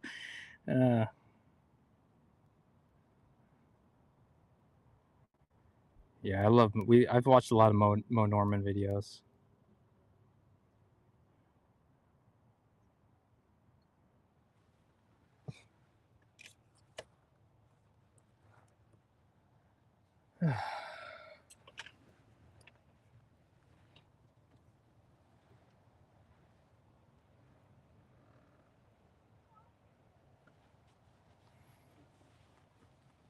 Yeah, it just looks like we're waiting on the folks in front. He's caught up to some traffic here. So there's a little zoom for you. It looks like there's some folks up there. Oh, this is great. This is what I wanted to show you guys. Okay, so you saw the stupid Ralph Lauren joke commercials, right? We made the fairway. The Ralph McGuffin. Got 138 yards. I got something to show you guys. I was like, holy shit. Sounds like a 9-iron to me. I'm literally pre-imitating. I'll show you after Lex hits the shot. Okay. So let's think this through. Speed up.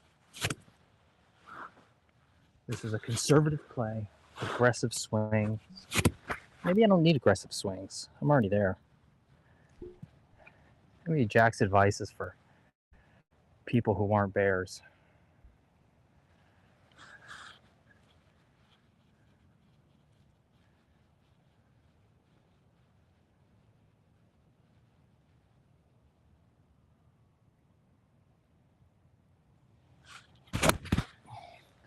Looking good. It's fading right towards the hole. 6 feet. Okay, nice shot. All right, so guys, I'm gonna mute Lex for a sec here. So right, we got the whoops, wrong button. Sorry, hold on. All right, we're not running a real commercial break. I just want to show you something here, right? So we do these. Whether walking the runway or the fairway, our clothes are meant to telegraph your wealth and prestige. Beautifully plain without any logos shown so everyone knows how much you spend. Right. Okay. So we do that to make fun of these stupid brands. Look at what the Jaguar put up. Look at this fucking shit. This is a Jaguar commercial. It's literally just like my stupid fucking joke commercial.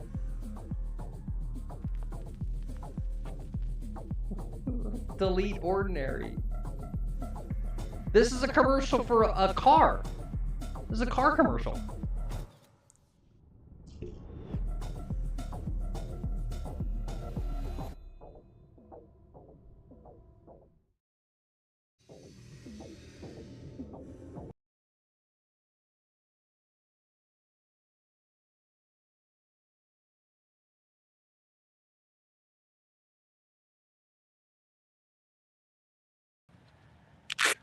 That's a commercial for Jaguar. Turn the tides here. That was a Jaguar commercial. Yeah, apparently. I'm amazed that they did that. They're obviously getting dragged for it.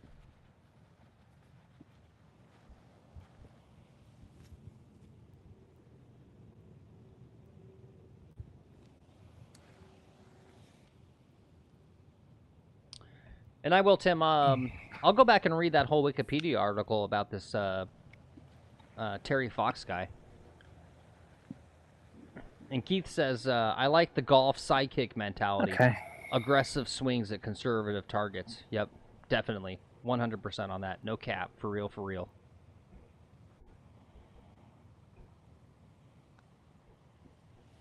No, gave it way too much. Another bad putt. And that's a 4. But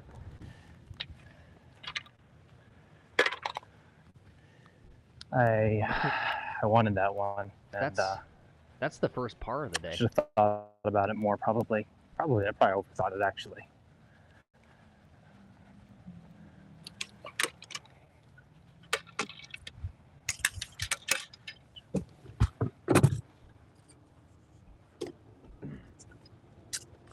Oh, watch a YouTube vid on him? I'll do that. I'll watch it. Joe says he saw that commercial. Jaguar will be declaring bankruptcy with the new car design and clients they are trying to appeal to. Yeah, I guess that's what it is, huh? They're trying to appeal to some demographic. Like, I don't know. Like, just accept like the demographic of your core customer base. I don't know. I guess I feel for them, right? They're probably going like, okay, right, we're a car for like wealthy boomers and wealthy like greatest generation folks, and they're all dying. And so yeah, I guess they need to find new markets, and so they're trying to do that.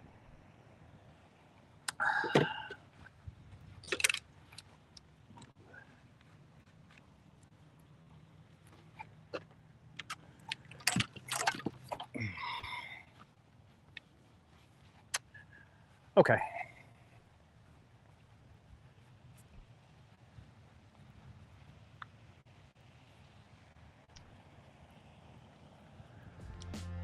All right, guys, hopefully that camera will get a little better. It's hole number 13. It's a par 3, about 186 yards.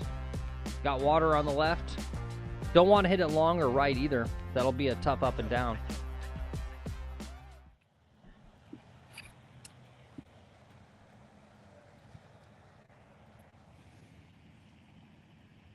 All right, par 3, playing 185. I'm hitting a 5-iron. I'm gonna kind of get after a little bit. Aggressive swings. I'll probably. This is not enough. I'll have Lex reset his feed here. Hopefully fix the camera.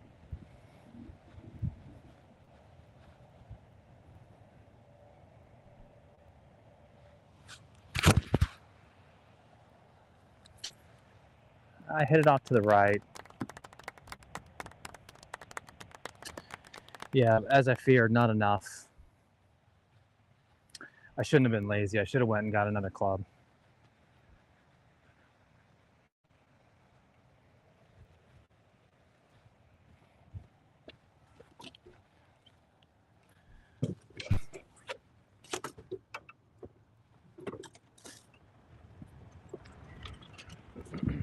Okay, now we chip.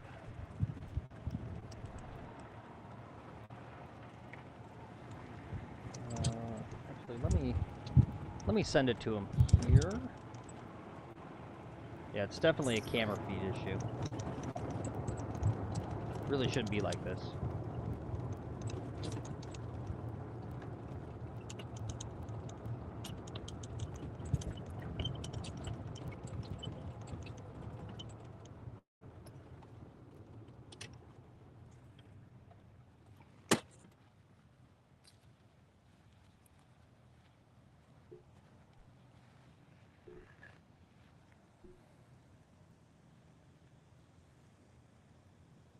Oh, there he goes. Now he's looking. Okay. Just a black screen for a sec, guys. Hopefully this will help fix it.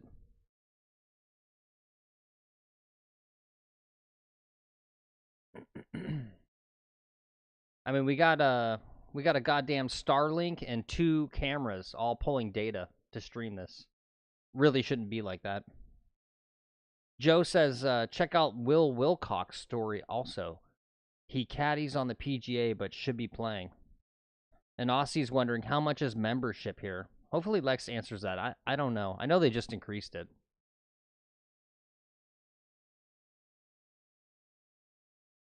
Just 2 seconds, guys.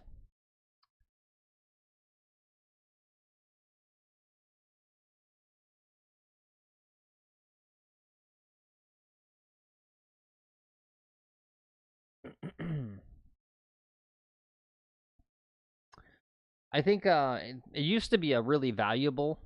It's definitely the value membership in his area. All of the golf courses around him are like these super elite ones. But I think it's like maybe like 40 grand or so initiation and like 20 grand in yearly dues, somewhere around there. Lex has been here for like 6 years. It was a lot more affordable when he first joined. Okay, we'll get this close. I got my 56. I'm doing a mesh of new and old style here.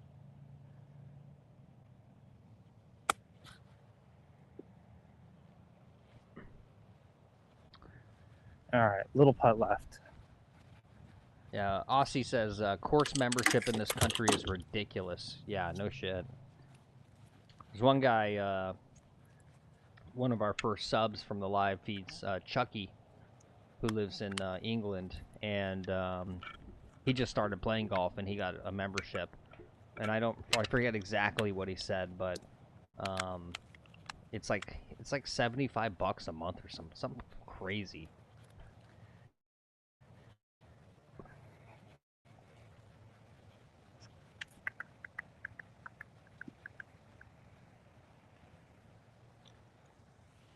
And Aussie says Royal Melbourne, where they play the President's Cup, is number 6 in the world, and it's only 20K.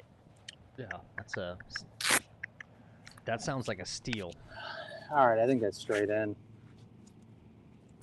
Straight in there. Sorry about the bad feed, guys. I don't know what's going on. Hopefully it'll clear itself up soon. Keith says he gets unlimited access to everything for $2,600 per year. Ooh. All right. That one hurt. That's another That's 4. a 4. Yep, that is a 4.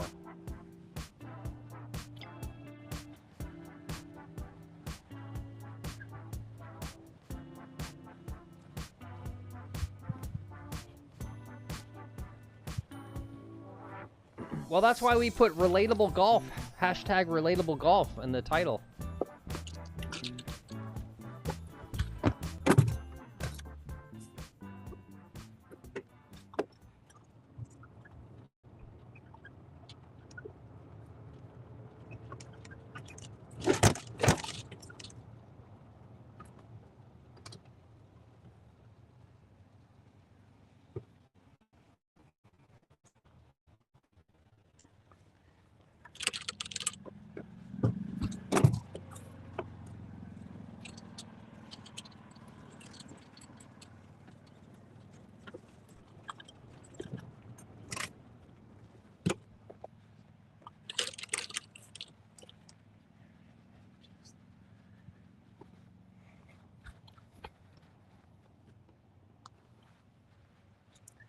I left the tripod back here. Oh. All right, guys, while he's doing that, hole number 14. It's the second par 5 on this hole. 537 yards. Don't want to hit it left and get yourself in one of those fairway bunkers. Longer hitters can't get there in 2.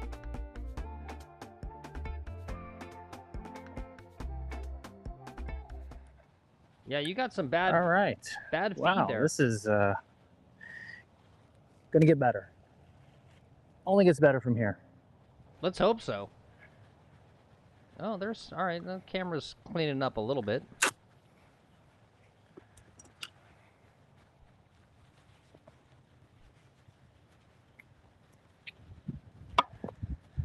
Okay, make a fairway. Tee it low. I'm gonna swing slow. I just refreshed on my end. See if that Hey, helps. that rhymes.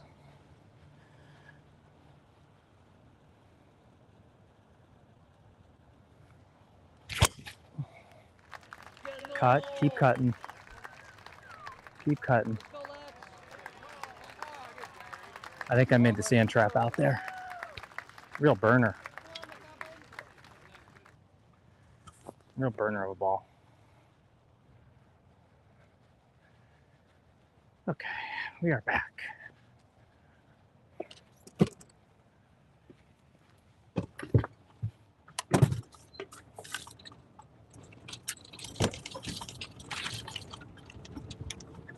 And it seems like a bad time to do it while the stream quality is so bad, but gotta do it. If you guys are enjoying the stream, click like and subscribe, hit the notification bell. It'll let you know when we go live and when we post content on the channel. Don't forget to check out the regular channel. We do regular videos too. I would recommend our shot collar video. Basically, we played 9 holes, me and Lex, and every time you hit a bad shot, the other person got to shock the person. It's a pretty funny video. I got shocked a lot. I have clearly a higher pain tolerance than Lex. He was a real puss about it. I got used to it. I really didn't mind it too much.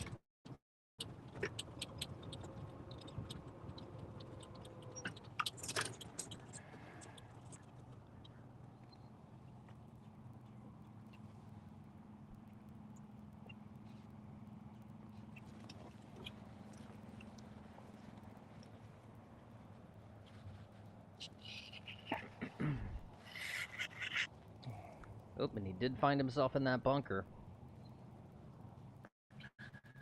I feel like I jinxed him.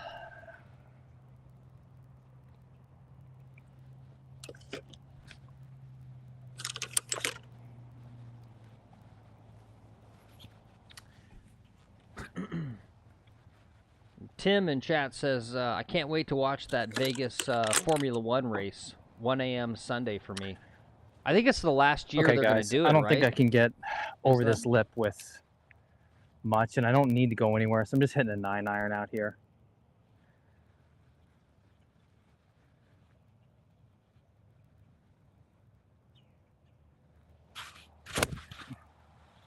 Good strike, back into the fairway. Going straight. 100 some odd yards, just what I needed. All right, not a bad play out of that bunker. Got himself back in the fairway. Worst thing you can do there is try to go for the glory shot and hit it long and catch the front of that lip. Just got to accept it. The Formula One's a 10-year contract? Oh, okay. So I guess they're going to continue to do it. Isn't there some controversy, though, about that particular race and the quality of it? I know I saw stuff on Twitter about how they made a point to, like, put barriers up. Right, obviously it's the Vegas Strip or whatever, and so there's shit tons of foot traffic. But didn't they, like, put barriers up with, like, fuck, what's the word opposite of translucent? God damn it. You know what I mean. But they put barriers up to, like, prevent randos from being able to see any of it. It sounded like people didn't like that. Okay, third shot.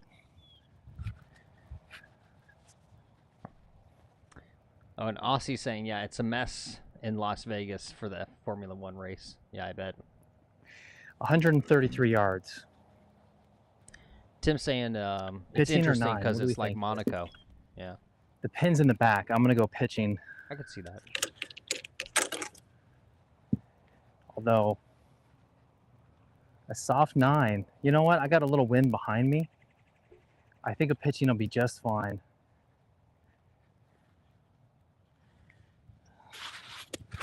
Play to the center. Center's at 125.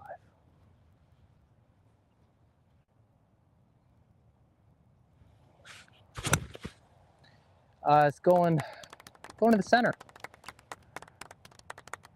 All right, it's in the center of the green. Good ball. Nothing to complain about.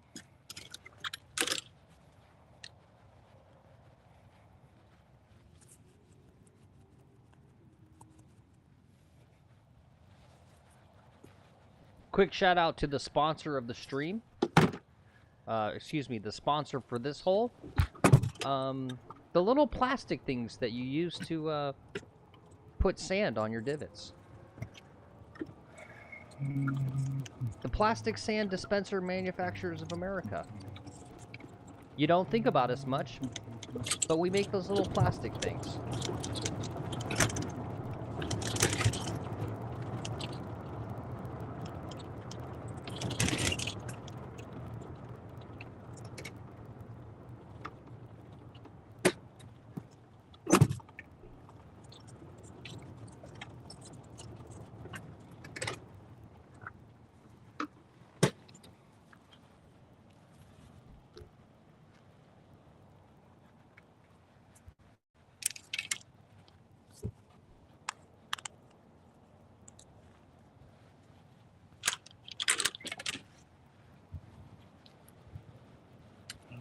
Okay.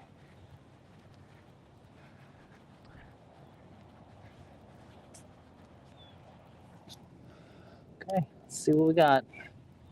This is for birdie. I'm going to show you guys something else here. All right, what can watching one Brad Faxon video do for a player?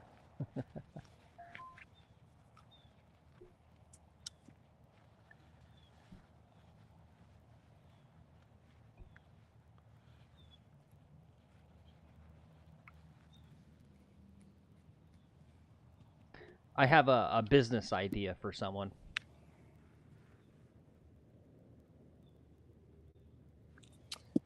Got to take a look at it from the other side, too.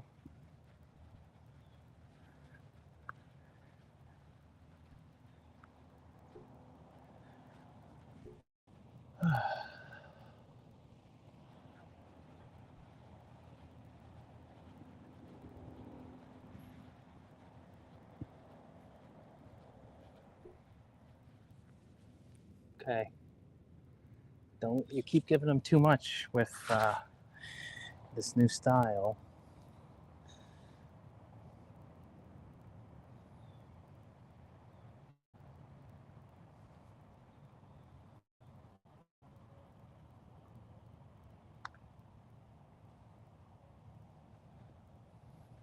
Oh, that was close. Okay. That's a 5. We finally made a par. Oh my God, guys, we made a par. Click like and subscribe. We made a par. That's a heck of an achievement here in this round.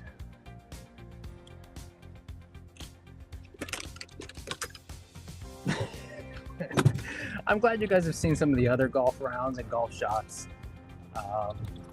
Hopefully today's a little entertaining. It's fine. It's what keeps my handicap high.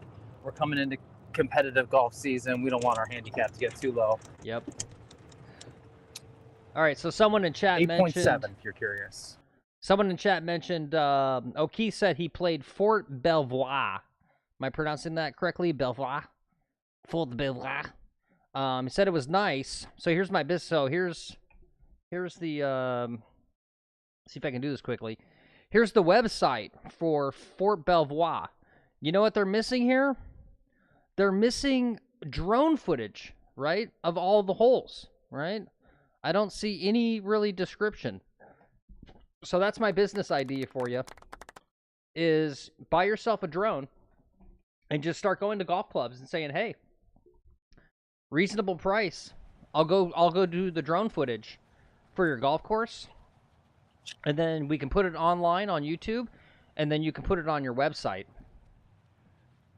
It's crazy how many, because I do a lot of scoping of golf courses now. And it's amazing how many golf courses don't have like drone footage of their golf course so that you can check it out. Okay, I'm going to hit an 8-iron here. It's 150 yards, but I got the wind's going to help me, and it's going to help with the cook. So we're going to let it cook just a little bit.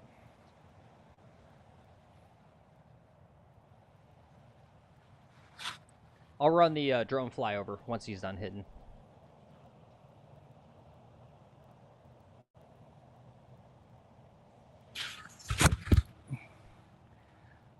If you hear that car start in my backswing, it's going far left. Okay. Okay, that's it. That's hole 15. It's a par 3. No water on this hole. Big defense is a big slope back to front and a side slope too.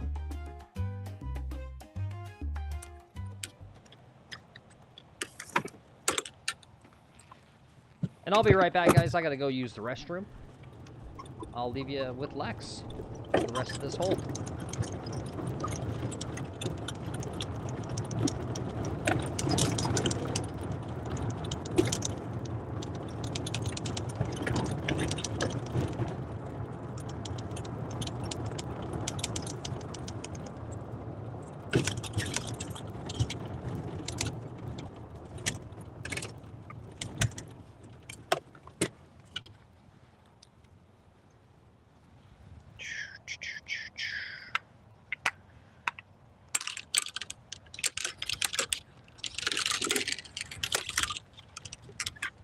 Okay, I get to use my 60 wedge. We are over here somewhere. Let's go find it.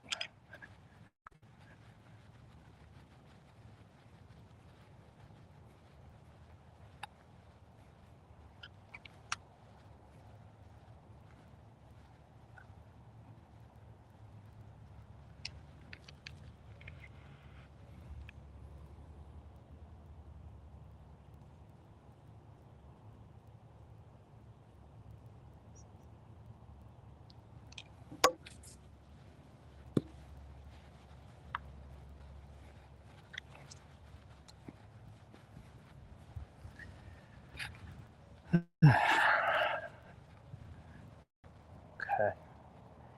I gotta pop this straight up in the air, land it 1 foot on the green, land it in the fringe even. I'm gonna still do this tiger chipping actually. Instead of flopping it, no, I gotta flop this. It's the only shot I know how to hit here. Okay. Kind of like that. That was well done. Ooh, yep, nice chip. Nice chip. I don't think the camera can show how hard this is, and watch enough of these streams and you'll get to know this green. Come play with me. You'll get to know this green.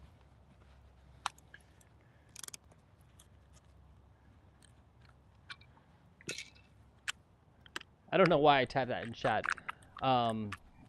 One of the things that's kind of cool that Lex has is during the summer, he has this thing called reciprocals with all the other private country clubs here where he's at in West Palm Beach.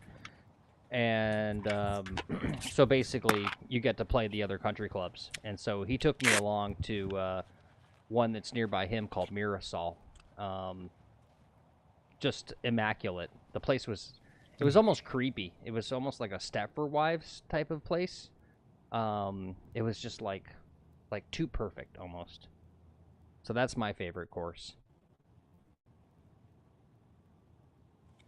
Okay, I'm gonna give it a go. Head, shoulders, knees and toes, knees and toes. Oh, we're here on the 15th hole with Lex McGuffin. Dun, dun, dun, dun, dun. It's got a tricky putt for par. Arms parallel. Gonna break probably at least 4 to 6 inches to his left. Arms, Nice putt. shoulders, knees and toes, knees and toes. That was a heck of a putt. I'm pretty happy about that one. Okay, par save. All right, great up and down. That doesn't happen often. I'm happy about that. Really thrilled. Thank you. All right, guys. 2 pars in a row. We're getting better. If you like the stream, click like and subscribe. Appreciate all the likes and subs.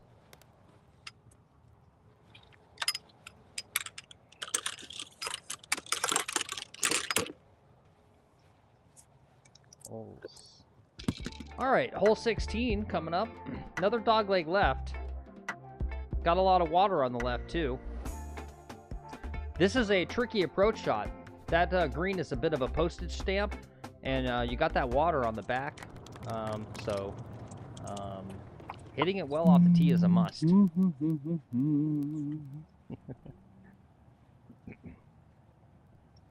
Did he wave to the crowd there? He does that. He likes to do that. I didn't even catch it. I gotta say, Jonathan's landing, it's not the in-town course, it's the out-of-town course. I forget what they call it, match or something. That's mine.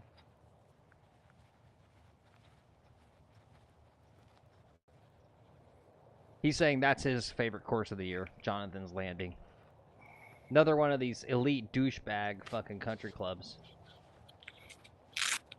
It's crazy. If you go on Google Maps and you look at golf courses in Florida, you go like, oh my God, look at all this golf. It's like, not really.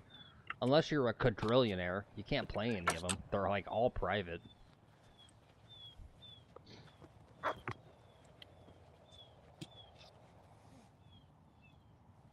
Okay, par 4. Let's keep it in the fairway, huh? So where's the fairway? The fairway's over there. You got to keep it over there. Don't worry about it. Just keep it over there.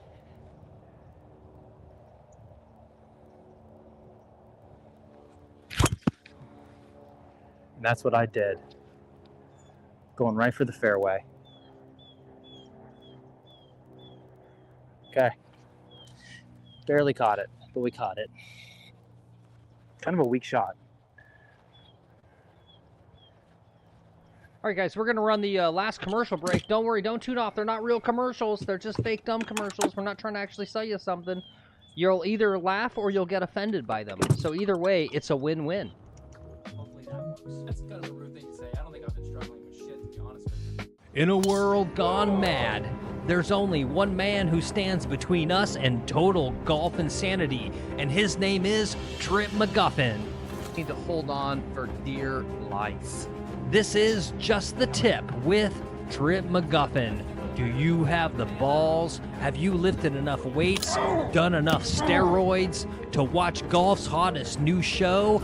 Just the Tip with Trip McGuffin. Friday nights at 11, only on McGolfin TV.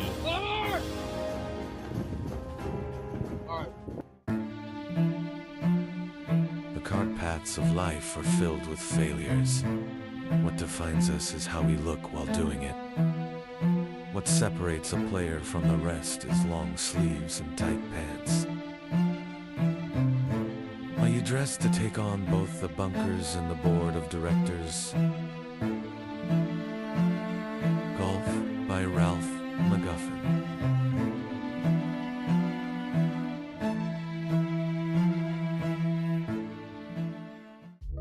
Hopefully that works. That's kind of a rude thing to say. I don't think I've been struggling with shit, to be honest with you. Do you see it now about the Jaguar commercial? Do you see what I'm saying?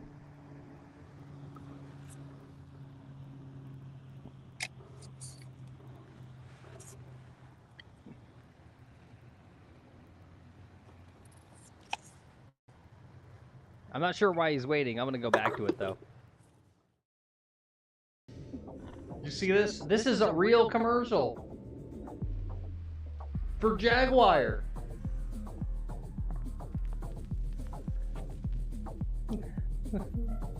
Their hashtag is copy I'm gonna nothing. list one more course, if I may interject. I'm gonna say the Broadmoor course.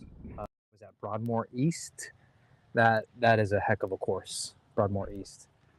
I'll put you back. Maybe you can zoom in on the guy in front of us and watch this guy. He's got good rhythm. He's got good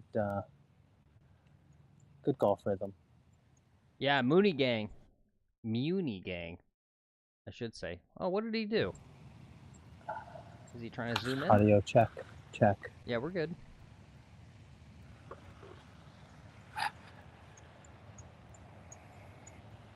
Thanks, Joe. He says, love the effort on the commercials. You nailed it. Yeah.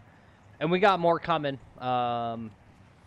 Just a quick programming I get note those phone calls on the as well. On the phone. Here, I'm going to mute him. Just a quick programming update. We've got day off tomorrow, and then we're going to do probably a morning and afternoon stream on Saturday. And then Lex is out of town for a week for Thanksgiving.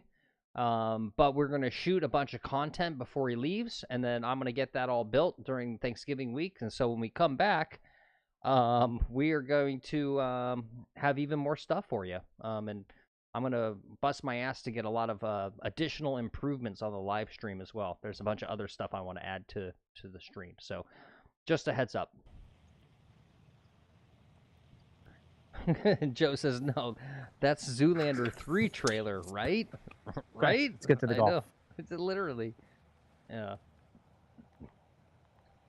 It's too bad. I like Jaguars, I've got too. 121 to a back pin. They're cool cars. Long is bad.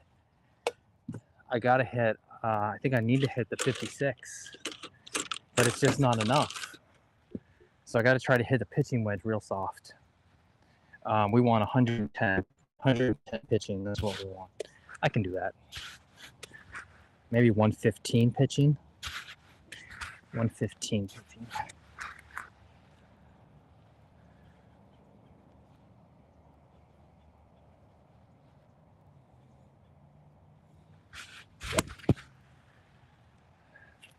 Right distance, I think, but I left it out right.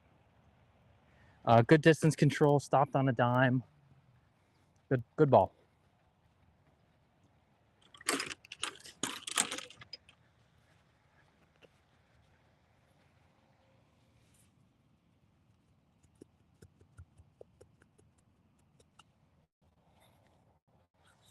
We are getting into twilight hours here. You guys let me know. It looks good on my end. Let me know if you want me to turn the gamma up. That'll raise the overall brightness of the screen. Looks to be still good sunlight, though.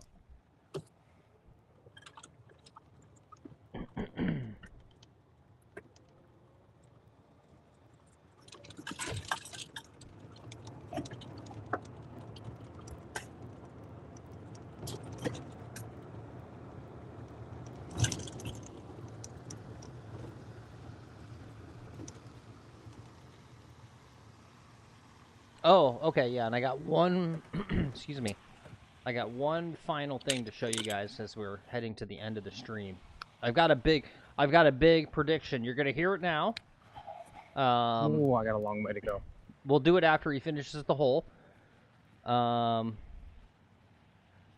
way over there. Oh, Keith, you're literally at your course right now. Very nice, sir.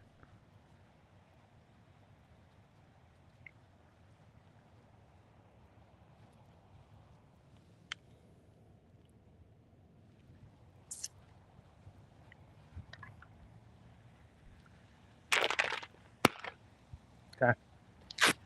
It's going to be a 50-footer. All right. We're here on the 16th hole with Lex McGuffin. He's had some struggles this round. Yeah. Mainly with short game. I could have swung at that. He's been working with a new My coach. distances with these max flies isn't very good. He's been working with a new coach called YouTube Golf Instruction. A little bit low. Watching a lot of... Talked to him before the round today, and he said he's been watching a lot of Brad Faxon videos. He thought they were going to help him in this round, and he disagreed with his brother, who said that when you start practicing something in earnest, you get worse before you get Feet better. close together. It looks like Lex was wrong. It looks like Head, Phil shoulders, was knees, right, and toes. Everything in alignment. that you do get worse before you get better. Target. But he's got an opportunity to prove his brother wrong here. Oh, I swung too hard at it. Nope. Actually, not that bad. Phil's okay. Right. It's not the end of the world. And still got that troll I might be there able to in the make this next audience one. yelling at him, saying he sucks. It's still, I don't know, 6 feet or something. You know. All right, well, it wasn't that bad of a putt. What a beautiful shot. Shadows are getting long. With the sun setting in the background. Now, if Lex could only make a decent putt here to enhance the image, it would be really nice for their stream.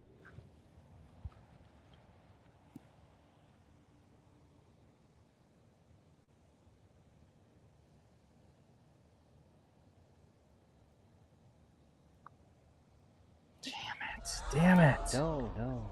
Damn it. What a Damn it. what a juxtaposition, folks. Just a beautiful scene and just really bad putting. It's a 5.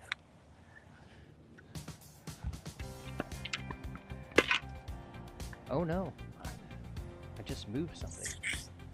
More putting practice, more Brad Faxon videos to come. Yep. Drop them. If you leave a link for a video in the chat there, I'll watch it. I'll watch whatever. I'm working on the Brad Faxon one with Rick Shields. Drop the next one. I want to crowdsource getting better, and I think with enough video, enough people watching, we're gonna get it, and I'm gonna get it. We're gonna this shit dialed.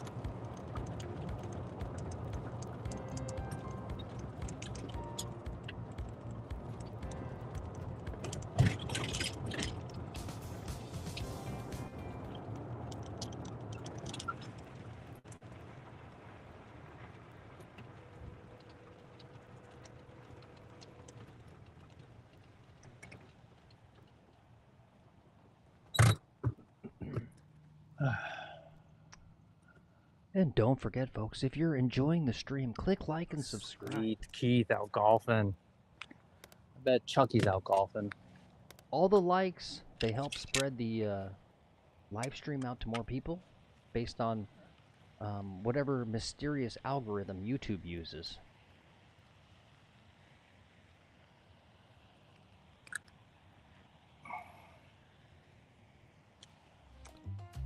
And we have hole 17, the second par 5 on this course on the back nine, 490 yards.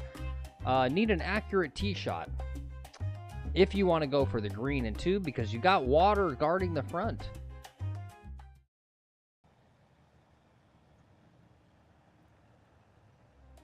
Whoops. Whoops, sorry about that. That was an errant button press right there.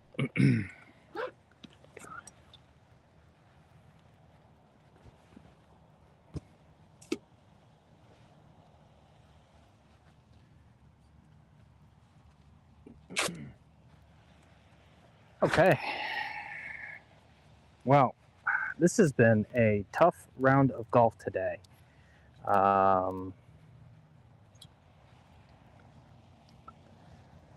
It's had its shares of downs and downs.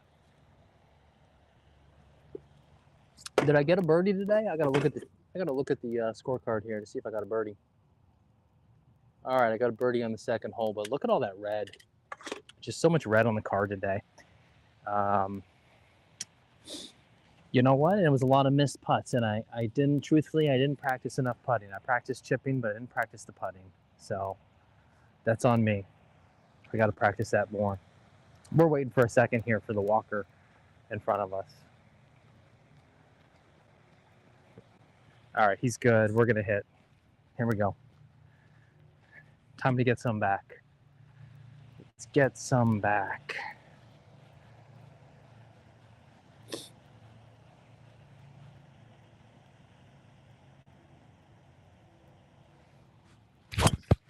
Oh, that's perfect.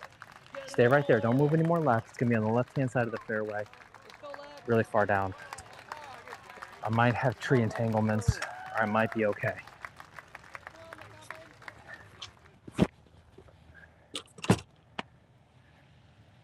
It might be amazing, or I might be fucked. Who knows? That's golf. Yep, that is golf. All right, guys. Last thing to show you today. Sports betting. A little article here about as parlays rise in popularity, moderation remains key. And basically, and I think this is funny, they have an editor's note. Burgess Health is a leading national provider of responsible gaming resources and problem gambling treatment. And basically what the article is talking about is the dramatic rise in parlay bets. And anyone in chat, explain to me what parlay is. I barely understand it. I don't gamble. I just don't find it fun whatsoever. But basically, everyone's doing these parlay bets, like big time. Apparently, it's like a lotto ticket. Your odds are super low of winning, but people like to do it because apparently it's like a low value bet. But if you win, you get a lot of money. I guess it's back here. But this is my big prediction. In about 5 to 10 years, our next big kind of moral panic / health crisis in the Western world, so this would be Western Europe, United States, Canada, is sports gambling. Gambling in general, but especially sports gambling. Man alive. With young people. Today has been a fun day of golf. This has been interesting. Ups and downs. If you don't know, if you're not plugged into the youth culture... Really challenging today. I like the challenging days. All of the young kids are doing online gambling, and it's become really kind of an epidemic. On a good challenging day, I'm going to hit a ping chipper. And the reason I'm hitting the ping chipper is this damn pine straw. The ping chipper is so much more heavily sold. And this is no shade at you guys for gambling, right? I'm not saying you want to... We all have our bad habits. I'm just saying this is what's coming.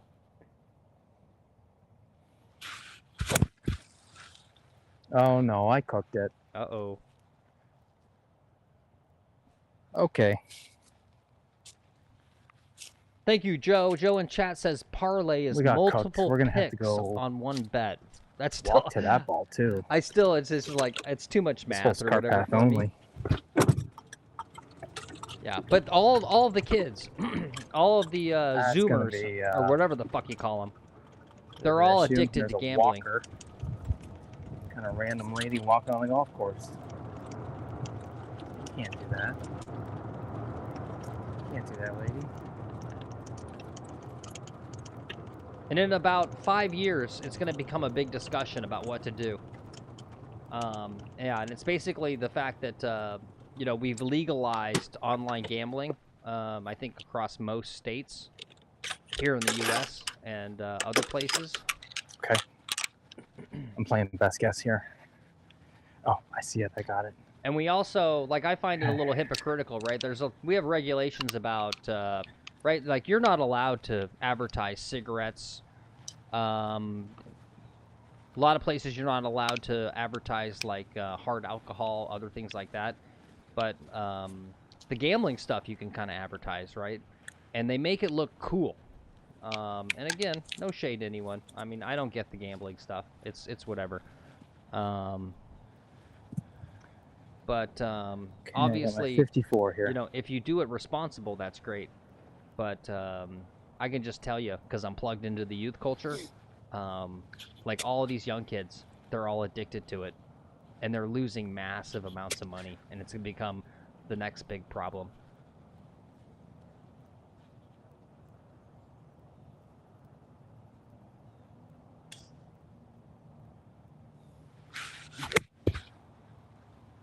Sounded good.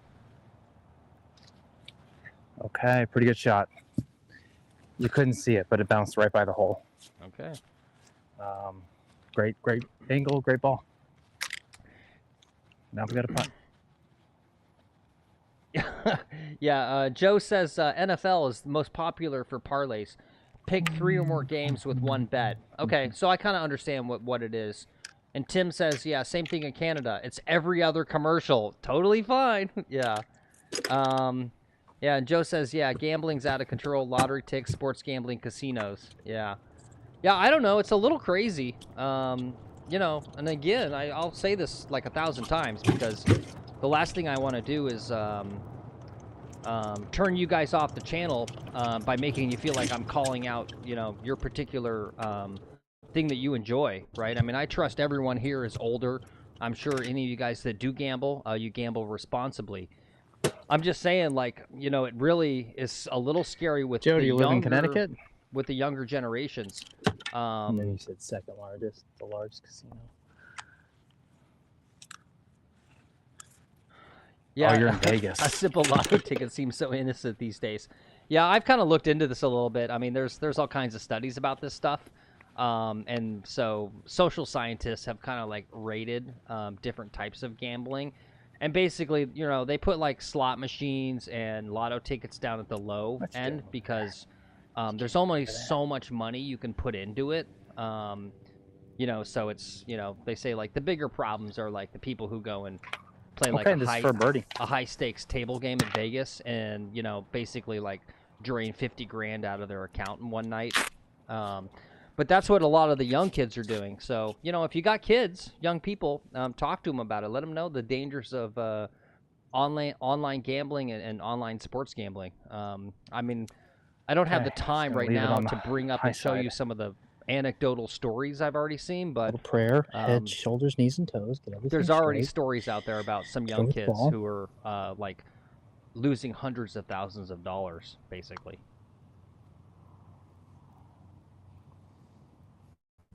Not bad. Still left it above the hole here.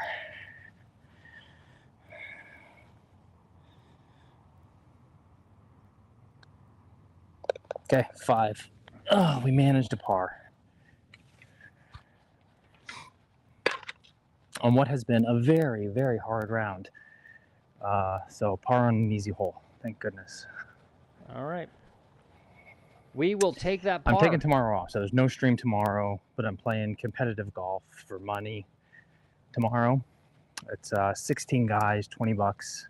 Maybe 20 guys, 20 bucks. Yeah, no, 100K of their parents' money for sure. Yeah. So hopefully tomorrow I can win some money. You guys are talking about gambling. Yeah. That's the first time I'll ever gamble on golf. I don't normally gamble on golf. I don't play golf gambling games or anything like that.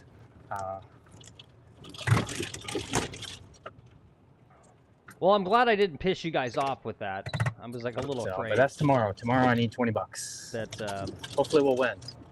Right. Maybe I'm not making a moral judgment. In the YouTube, I'll post a community post about how I do in the round. Yeah, I'm gonna mute him for a sec.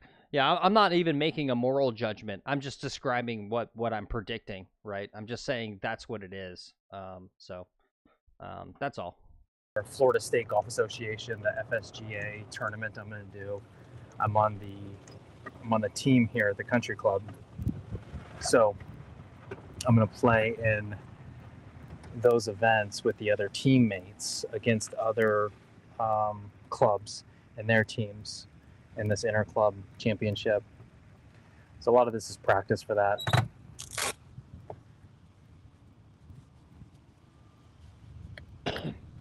It would be cool if the other players would be cool with him live streaming it, right? Because I could drive down there and film it. I don't think they'd be cool with that. It's gonna bug them. But I would love to film Lex's competition rounds.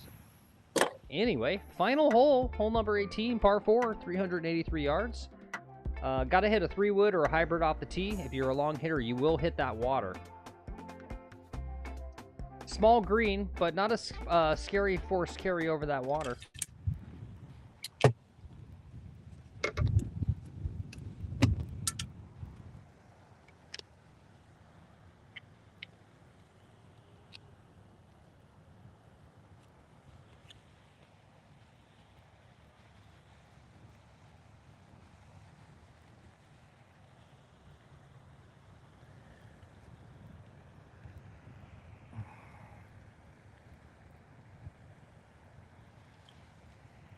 Okay, hole number 18.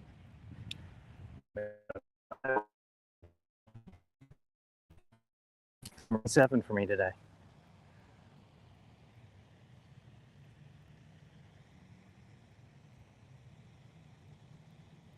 Yeah, my mom likes to do the lotto, and she only buys it when it's really, really big.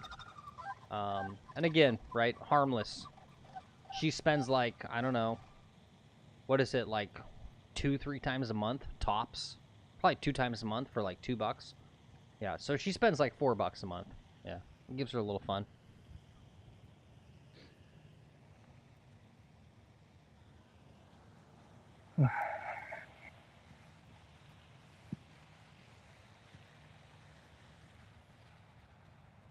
There was a big controversy over on Twitch. Presuming most of you guys know what Twitch is. Let me know in chat if you need me to explain what Twitch is, but there was a lot of gambling streams with the big streamers over on Twitch, right? And so you'd watch them, you know, like lose like 20, Guy 30, in front of us is 30 moving grand out. He's in, that like, walker. in like one stream. So he hit his ball and he's just walking on off now. Into the sunset. This dude's awesome. Yeah, so there was a big discussion about whether they should ban... I'm going to walk the course here one day with him, I think.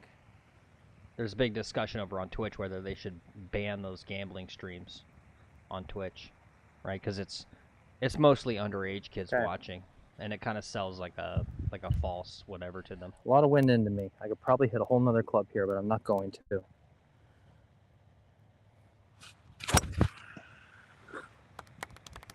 Safe. Ooh, safe, but really far from the green. Joe's I'm asking... Have like 200 yards over water here. Oh. Yeah, where'd he go? He went over there It's going to be a shot. Joe's asking, can Lex play the red ladies tees and try to break 60? Yeah, absolutely.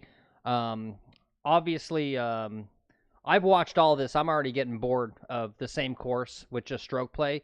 We've got big plans for all kinds of fun little challenges coming up when Lex comes back from his Thanksgiving vacation. So we're going to do one club challenges, we'll do that. We'll do where he plays from the front tees.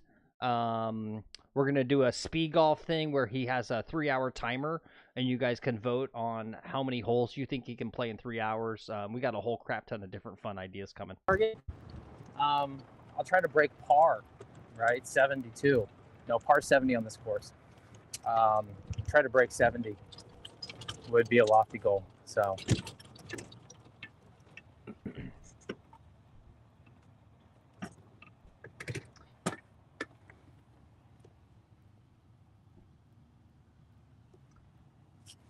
So maybe we'll do that on Saturday morning. That sounds like a fun thing to do Saturday morning. Yeah. Is to do that. Yeah, he's talking about your comment there, Joe. Is to play from the red tees. Yeah, that'd be fun.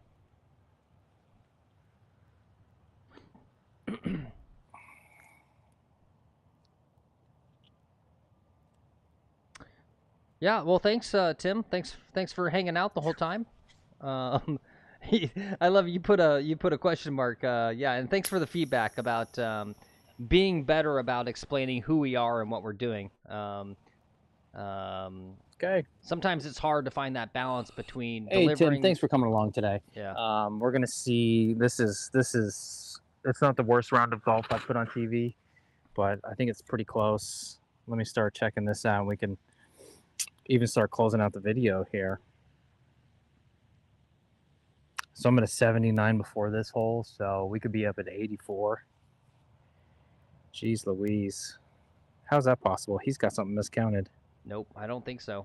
Guys, did I miscount the scorecard? I don't think so. I guess not that bad on the back nine. The back nine actually doesn't look that bad. Yeah. Okay.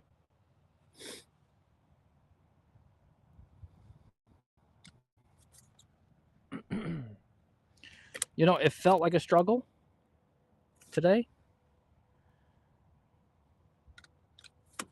I'm sure it was great on Phil's side. And Phil, thank you as always. You're amazing. Oh, well, thank you. Running the chat there and everything. Guys, thank you for tuning in. You guys are amazing.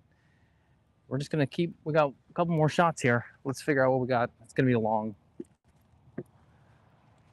long shot. No, thanks for being here, Tim. Definitely love all you guys. Thank you so much, everyone, for watching. I got to go 6 iron. But, yeah, anyway, just to close out, it's, we still got light. We can play bonus holes if you want. Nah. Bonus holes. Well, we'll see. We'll see what chat wants to do. There's someone on the chipping green, so I don't think I'm going there. All right, I'm gonna mute this motherfucker. It's hard to find a balance between just delivering the content, but also kind of knowing that people pop in and out, right, as they see the live, and kind of going like, okay, I need to reset.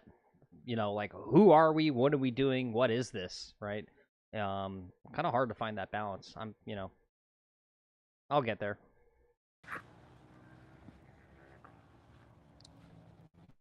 Yeah, it is a startup business.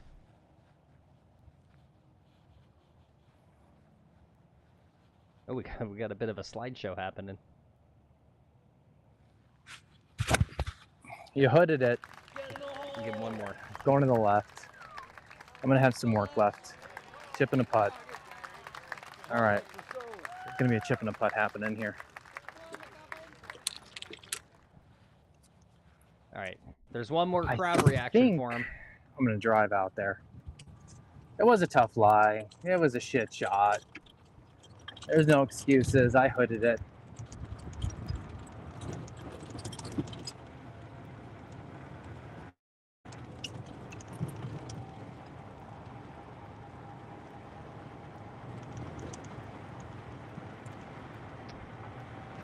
Yep, and last one for the night to bug you. Click like and subscribe.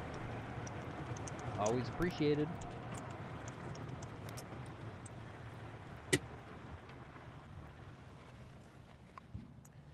So guys, I still got 30 minutes that we can kind of play around and maybe go practice something. If you want me to go do something specific, let me know in chat there when we're done here. We can go, I don't know, try to drive some greens from the ladies' tees or something. Try to learn how to putt.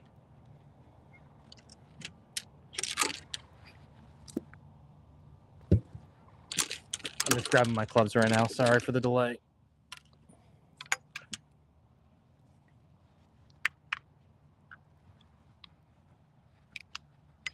Okay.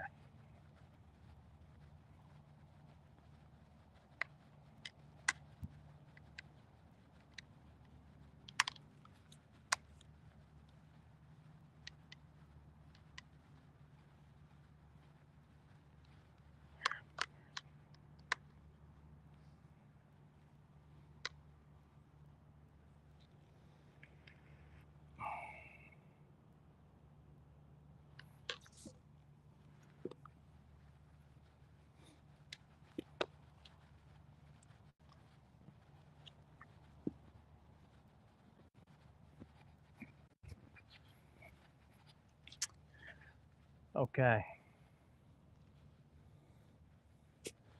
All right, let's chip like Tiger.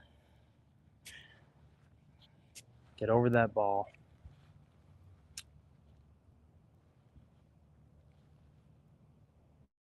One bounce on the green.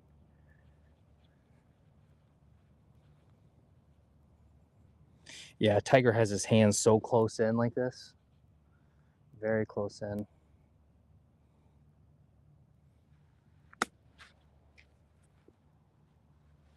All right, that was Ooh, almost dunked really it. good directionality, a little too much speed. It landed way out there and it needed to land here, but I don't know, with some practice, I think that's gonna work. No, Tim, he didn't break 80. We haven't updated the score. I might just leave you on the tripod. We're on 18 here. You guys can let me know how you feel about And that was his third this type shot. of So shot versus he's got this long shot for being par. close to the hole.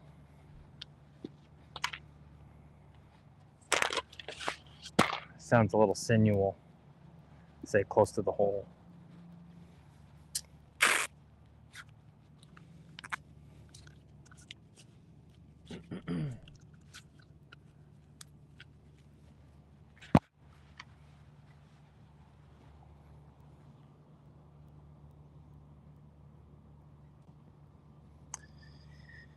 You guys know what I'm about to sing, don't you? Head, shoulders, knees and toes, knees and toes. Head, shoulders, knees and toes. Yeah, if he makes this, Eyes and mouth and for par, nose and that'll be an ears. 83. Everything in alignment.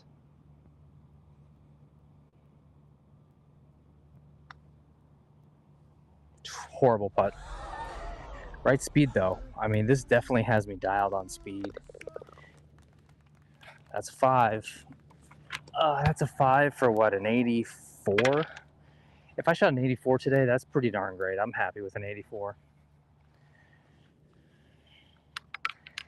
I had a 35 this morning, 84, 85, whatever it is in the chat there this afternoon. That was a good day of golf, guys. Really thank you guys for watching so much of this. You've spent 3 hours with me today or some craziness. I'm almost in disbelief.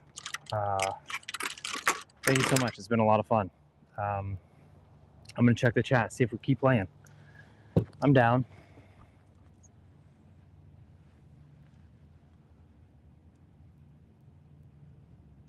Yeah, I don't know. I feel like we're good there. I think that's probably good. We got a day off tomorrow. Thankfully, I can get some work done, do some editing. Got another regular video coming out here soon. Kind of want to add some more graphics and some other stuff to the stream. And you know, there's a point of diminishing return with playing golf. So I'll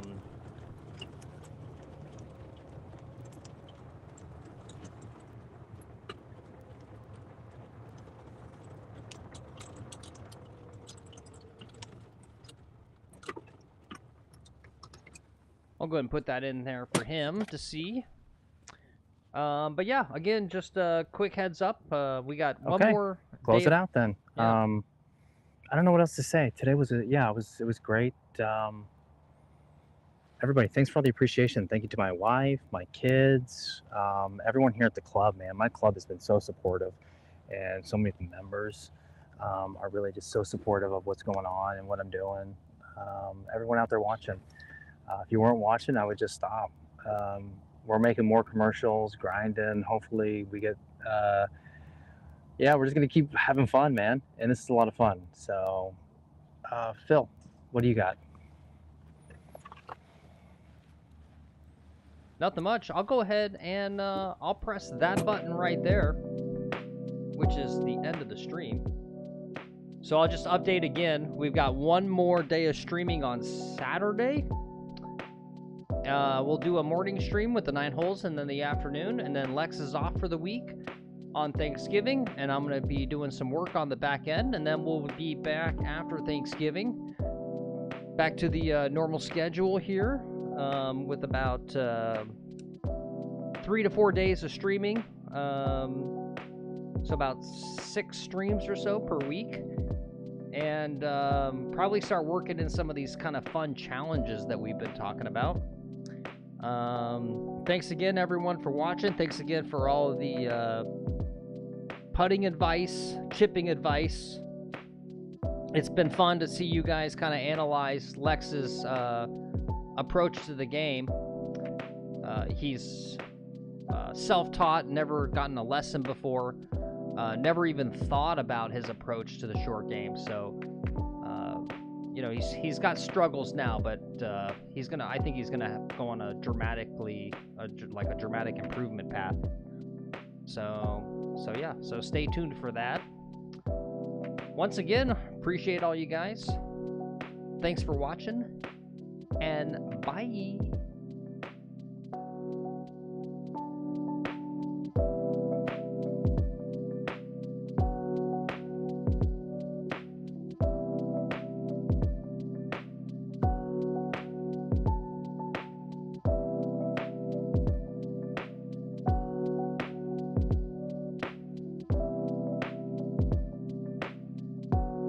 Thanks, Joe. Thanks for the analysis of the putting there. I'll make sure he sees that.